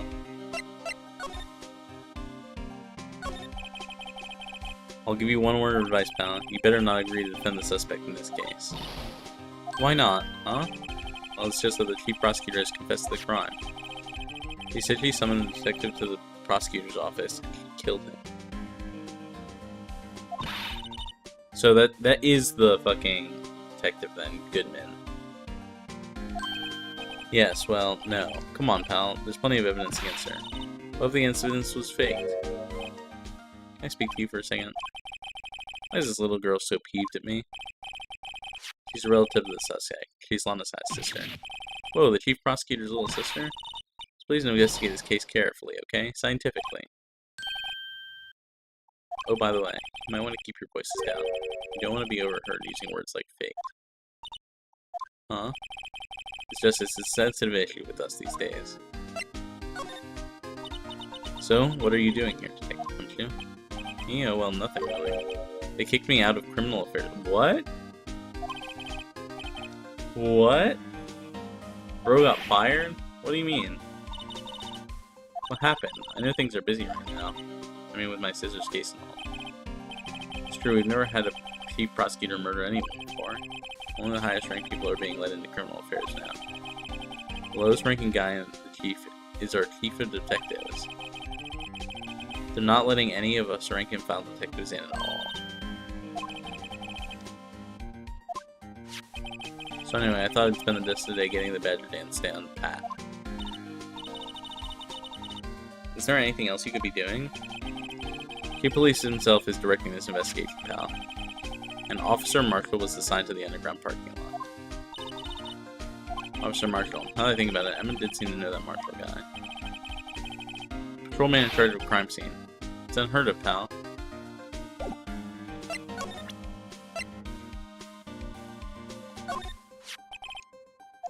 Huh? Hey, this is a detective's ID card. You can't just keep that, you have to turn it into the police. People like you that get me in so much trouble all the time. Bruce Goodman. Goodman. Sounds familiar. Oh, my mistake. Whoa, now I remember. Bruce Goodman, he's the victim. Can you tell us more?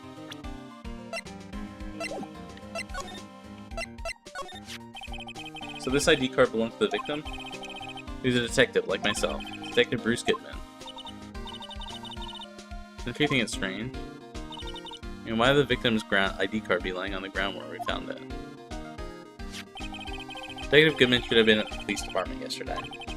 It was an evidence transferal for a case he handled 2 years ago. The Detective Goodman was killed at the prosecutor's office.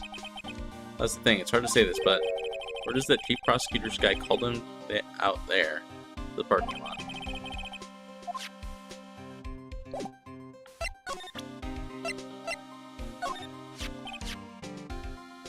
What? What just happened? What would drive chief prosecutor's guy to do such a thing?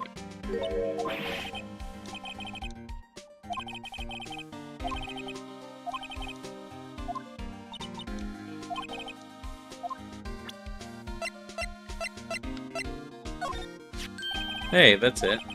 It's the king of prosecutors award that Mr. Edwards got yesterday. Were you at the award ceremony Detective Gumshoe? Of course, pal. I got an award for diligence myself. Congratulations. Why is the award a shield, and why is it broken? There's a reason. I'll tell you what it is later. Anyway, I was proud of Edward for winning that award, even with all the naysayers in the prosecutor's office.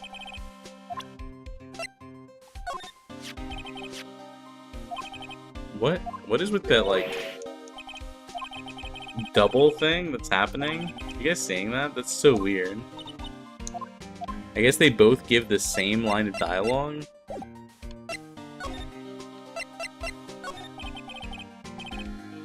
He's in a tough spot again.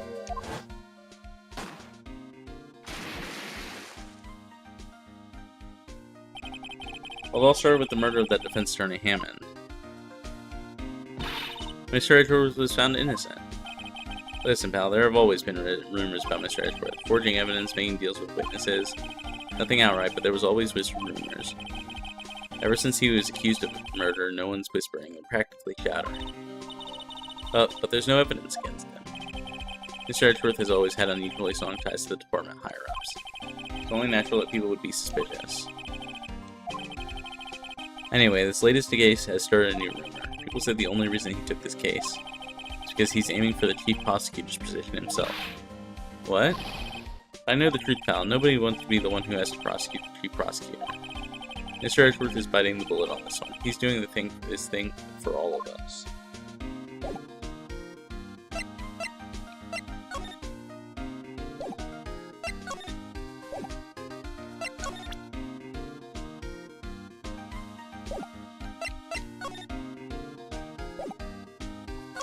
I guess we go back here.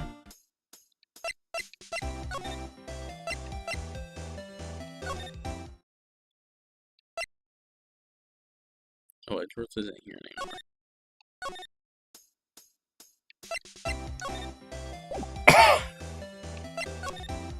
Did I miss something?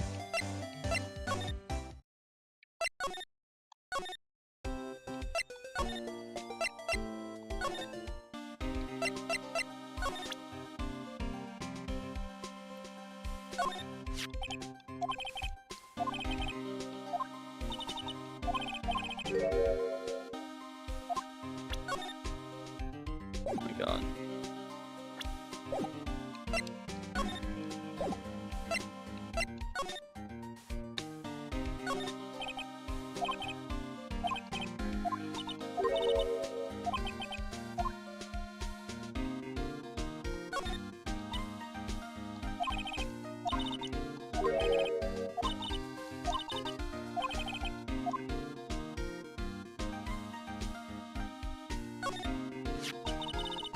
I was wondering about that. The Dancing Blue Badger, it's my masterpiece. It's his masterpiece? Why does it have a handprint on it? Chief threw together some designs and I did my thing.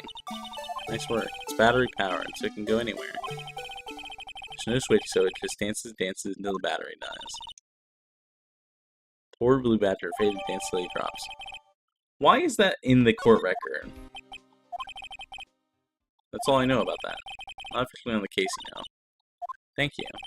Why aren't you handling the case, don't you? I met the guy who is, what's his name? The guy in the parking lot.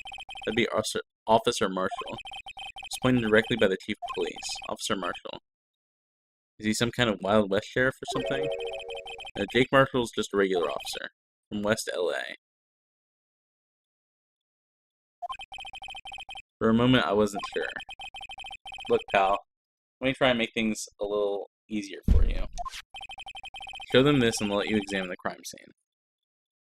Maybe. Letter of introduction. What does it say?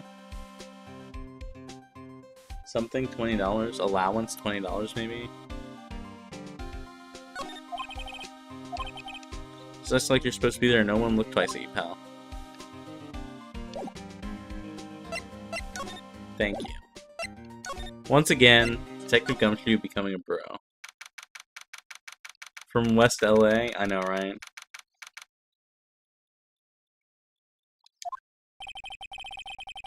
Looks like the investigation is still going. I have to be getting back to the shop.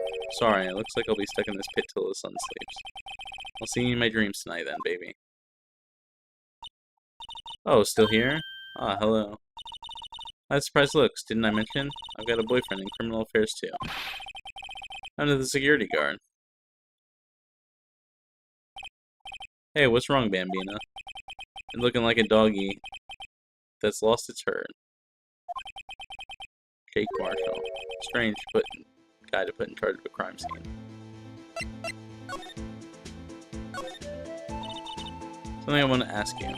Scene of the crime, a cold grave for men who've lost their dreams. And me, I watch over them as they sleep, dreaming of the desert's harshless judgment.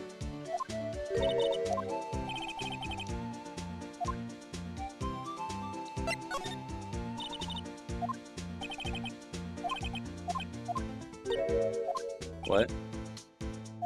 Oh, do we have to present the letter of introduction first?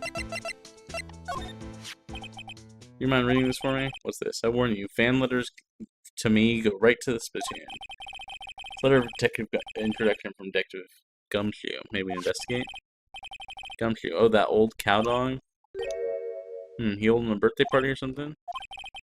Look where it should say introduction, it says invitation. I think you just miswrote it. No worries. It's proof it's from Detective Gumshoe. Better than a blood test. Guess it'd be better to let you in then. Thank you, Officer Marshall. That's right, he's not a patrolman. He's a patrolman, not a detective. Which reminds me. Hey, wait a second. Isn't a crime scene supposed to be handled by a detective or higher? Well, folks, the clues are calling.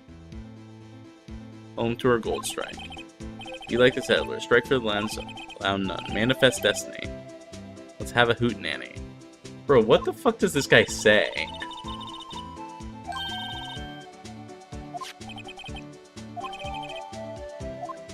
Crumpled and discarded. Damn. Officer Marshall, could you tell us more about the victim? Good men always die young. Remember that, partner. Be a little bit more specific. Bruce Goodman. He was a detective, right? Oh well, aren't you a feisty doggy there now? Bro, what is this guy's problem? He's so rude. Even, like, in his, like, own Western lingo, he's rude. This is the worst crime scene handling of all time. I think that's on purpose, though, right? They, like, specifically put this guy in charge instead of a real detective for some reason.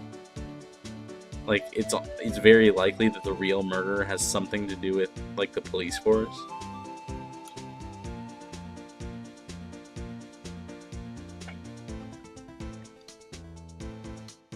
Detective Goodman was stabbed here at 5:15. The smiling Madonna told me the tale. One stab to the chest, a fine piece of work. Here's the autopsy report. Death due to loss of blood. One knife died within an hour and a half of 4 p.m. Was my sister involved with the victim in any way? Funny you should mention that, Bambina. Key prosecutors and Detective Goodman had nothing in common at all. They apparently worked together on a case a few years back, so there's no motive. Goodman wasn't a particularly gifted detective. That's one reason he didn't do much work with the chief prospector. The victim had called my sister had called the victim here on the day of the murder, right? Here to this parking lot? So it seems like calling an unarmed man to a shootout at high noon. I don't mean an offense, Officer Marshall, you're a patrolman, right? They put an incompetent, unqualified, delusional weirdo in charge to thwart the future efforts of California's best detective, a private defense attorney. True. Very true. You calling me out? They shoot you for that in Texas. Huh? I was one of them fancy shoe detectives till 2 years ago, to tell you the truth. Oh, really? But you're a patrolman now. How can you be in charge of a crime scene? Nothing gets by you, does it, Bambina? So why are you in charge? No reason. We're just short on hands right now. Keeping an eye out in the meantime.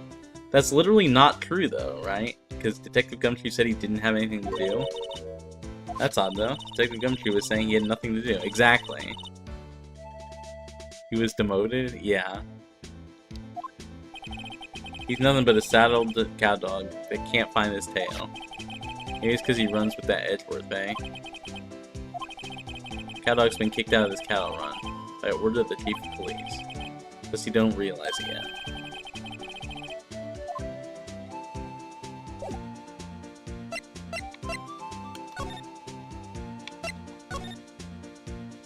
This is Edward's car. This looks like a cell phone.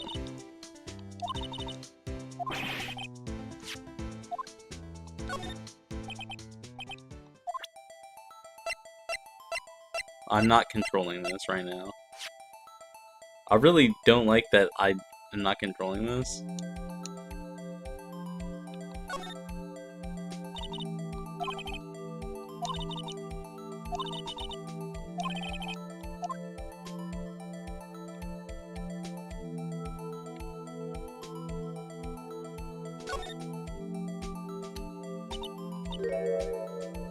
His phone's still on the redial screen. Redial? Does your phones keep a record of all the calls you've made and received? Just press the blue button to display the last number you called. Convenient, isn't it? As you didn't know about. Sorry to disappoint you, but even I know things about redial. Just you never know what people from your generation.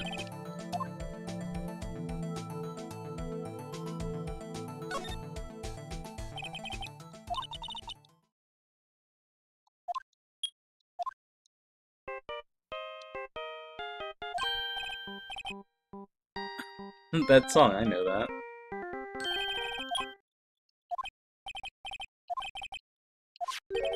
You press the redial on that phone there. Whose is it? It belongs to Chief Prospector Sky. She apparently dropped it when she was taken into custody right after the case. Look, the last call she made right when the murder occurred. Said she was fixing to call someone, except she only spoke for a few seconds according to this. No idea. Sorry, partner. I heard her phone ringing right now, one of those newfangled ringtones. That was my phone. What? Your phone? Yeah, it's kind of strange, but someone called me right as we picked up the other phone. A wrong number.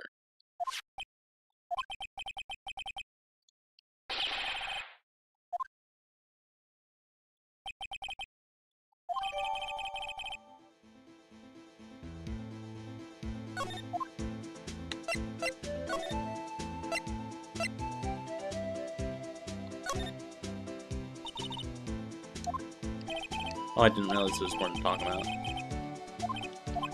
And the prospector tomorrow is none other than Edward himself. I'm afraid your sister's fate is decided, Bambina. My condolences. Hi, Marianne. Hi, hi. 1 second.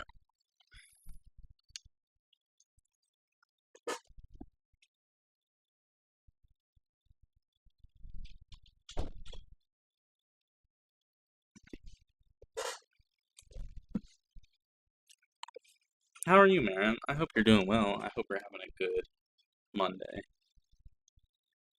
How are you? How are things? Are you doing okay? Everything alright? You and my sister, you were...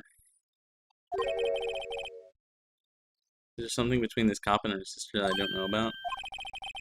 I apologize, Bambina. Something must have gotten me. Maybe it's that dry wind that's blown through the prospector's office.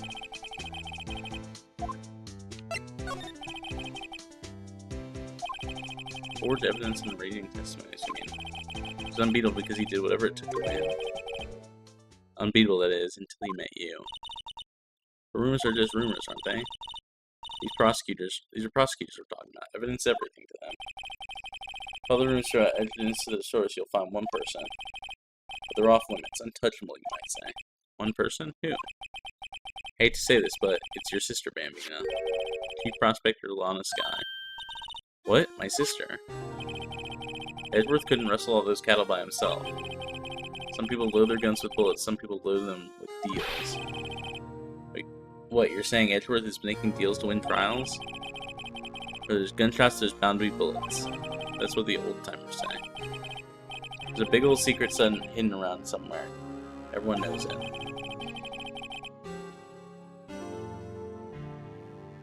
Paying hard edgy poo call out. I know, right? Thank you, thank you. Thanks for stopping by. I appreciate you a ton.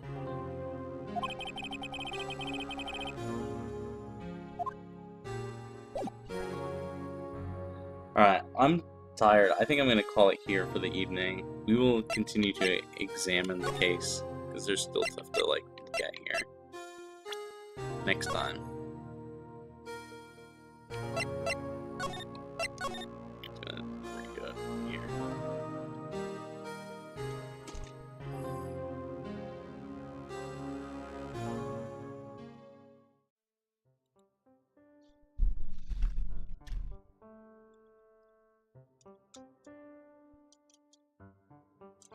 Thank you all for coming. I appreciate you all a ton. There, let me close this. I had a lot of fun today. We finished the base game. We will be continuing to work on episode 5 next week then. So, thank you all for coming. I'm gonna call it an evening. I will see you all tomorrow for Sekiro before we get to Silksong on Thursday. I got to catch your reaction to Polly. Polly was ridiculous. Like, for real, for real. But good night, good night, good night. Bye-bye.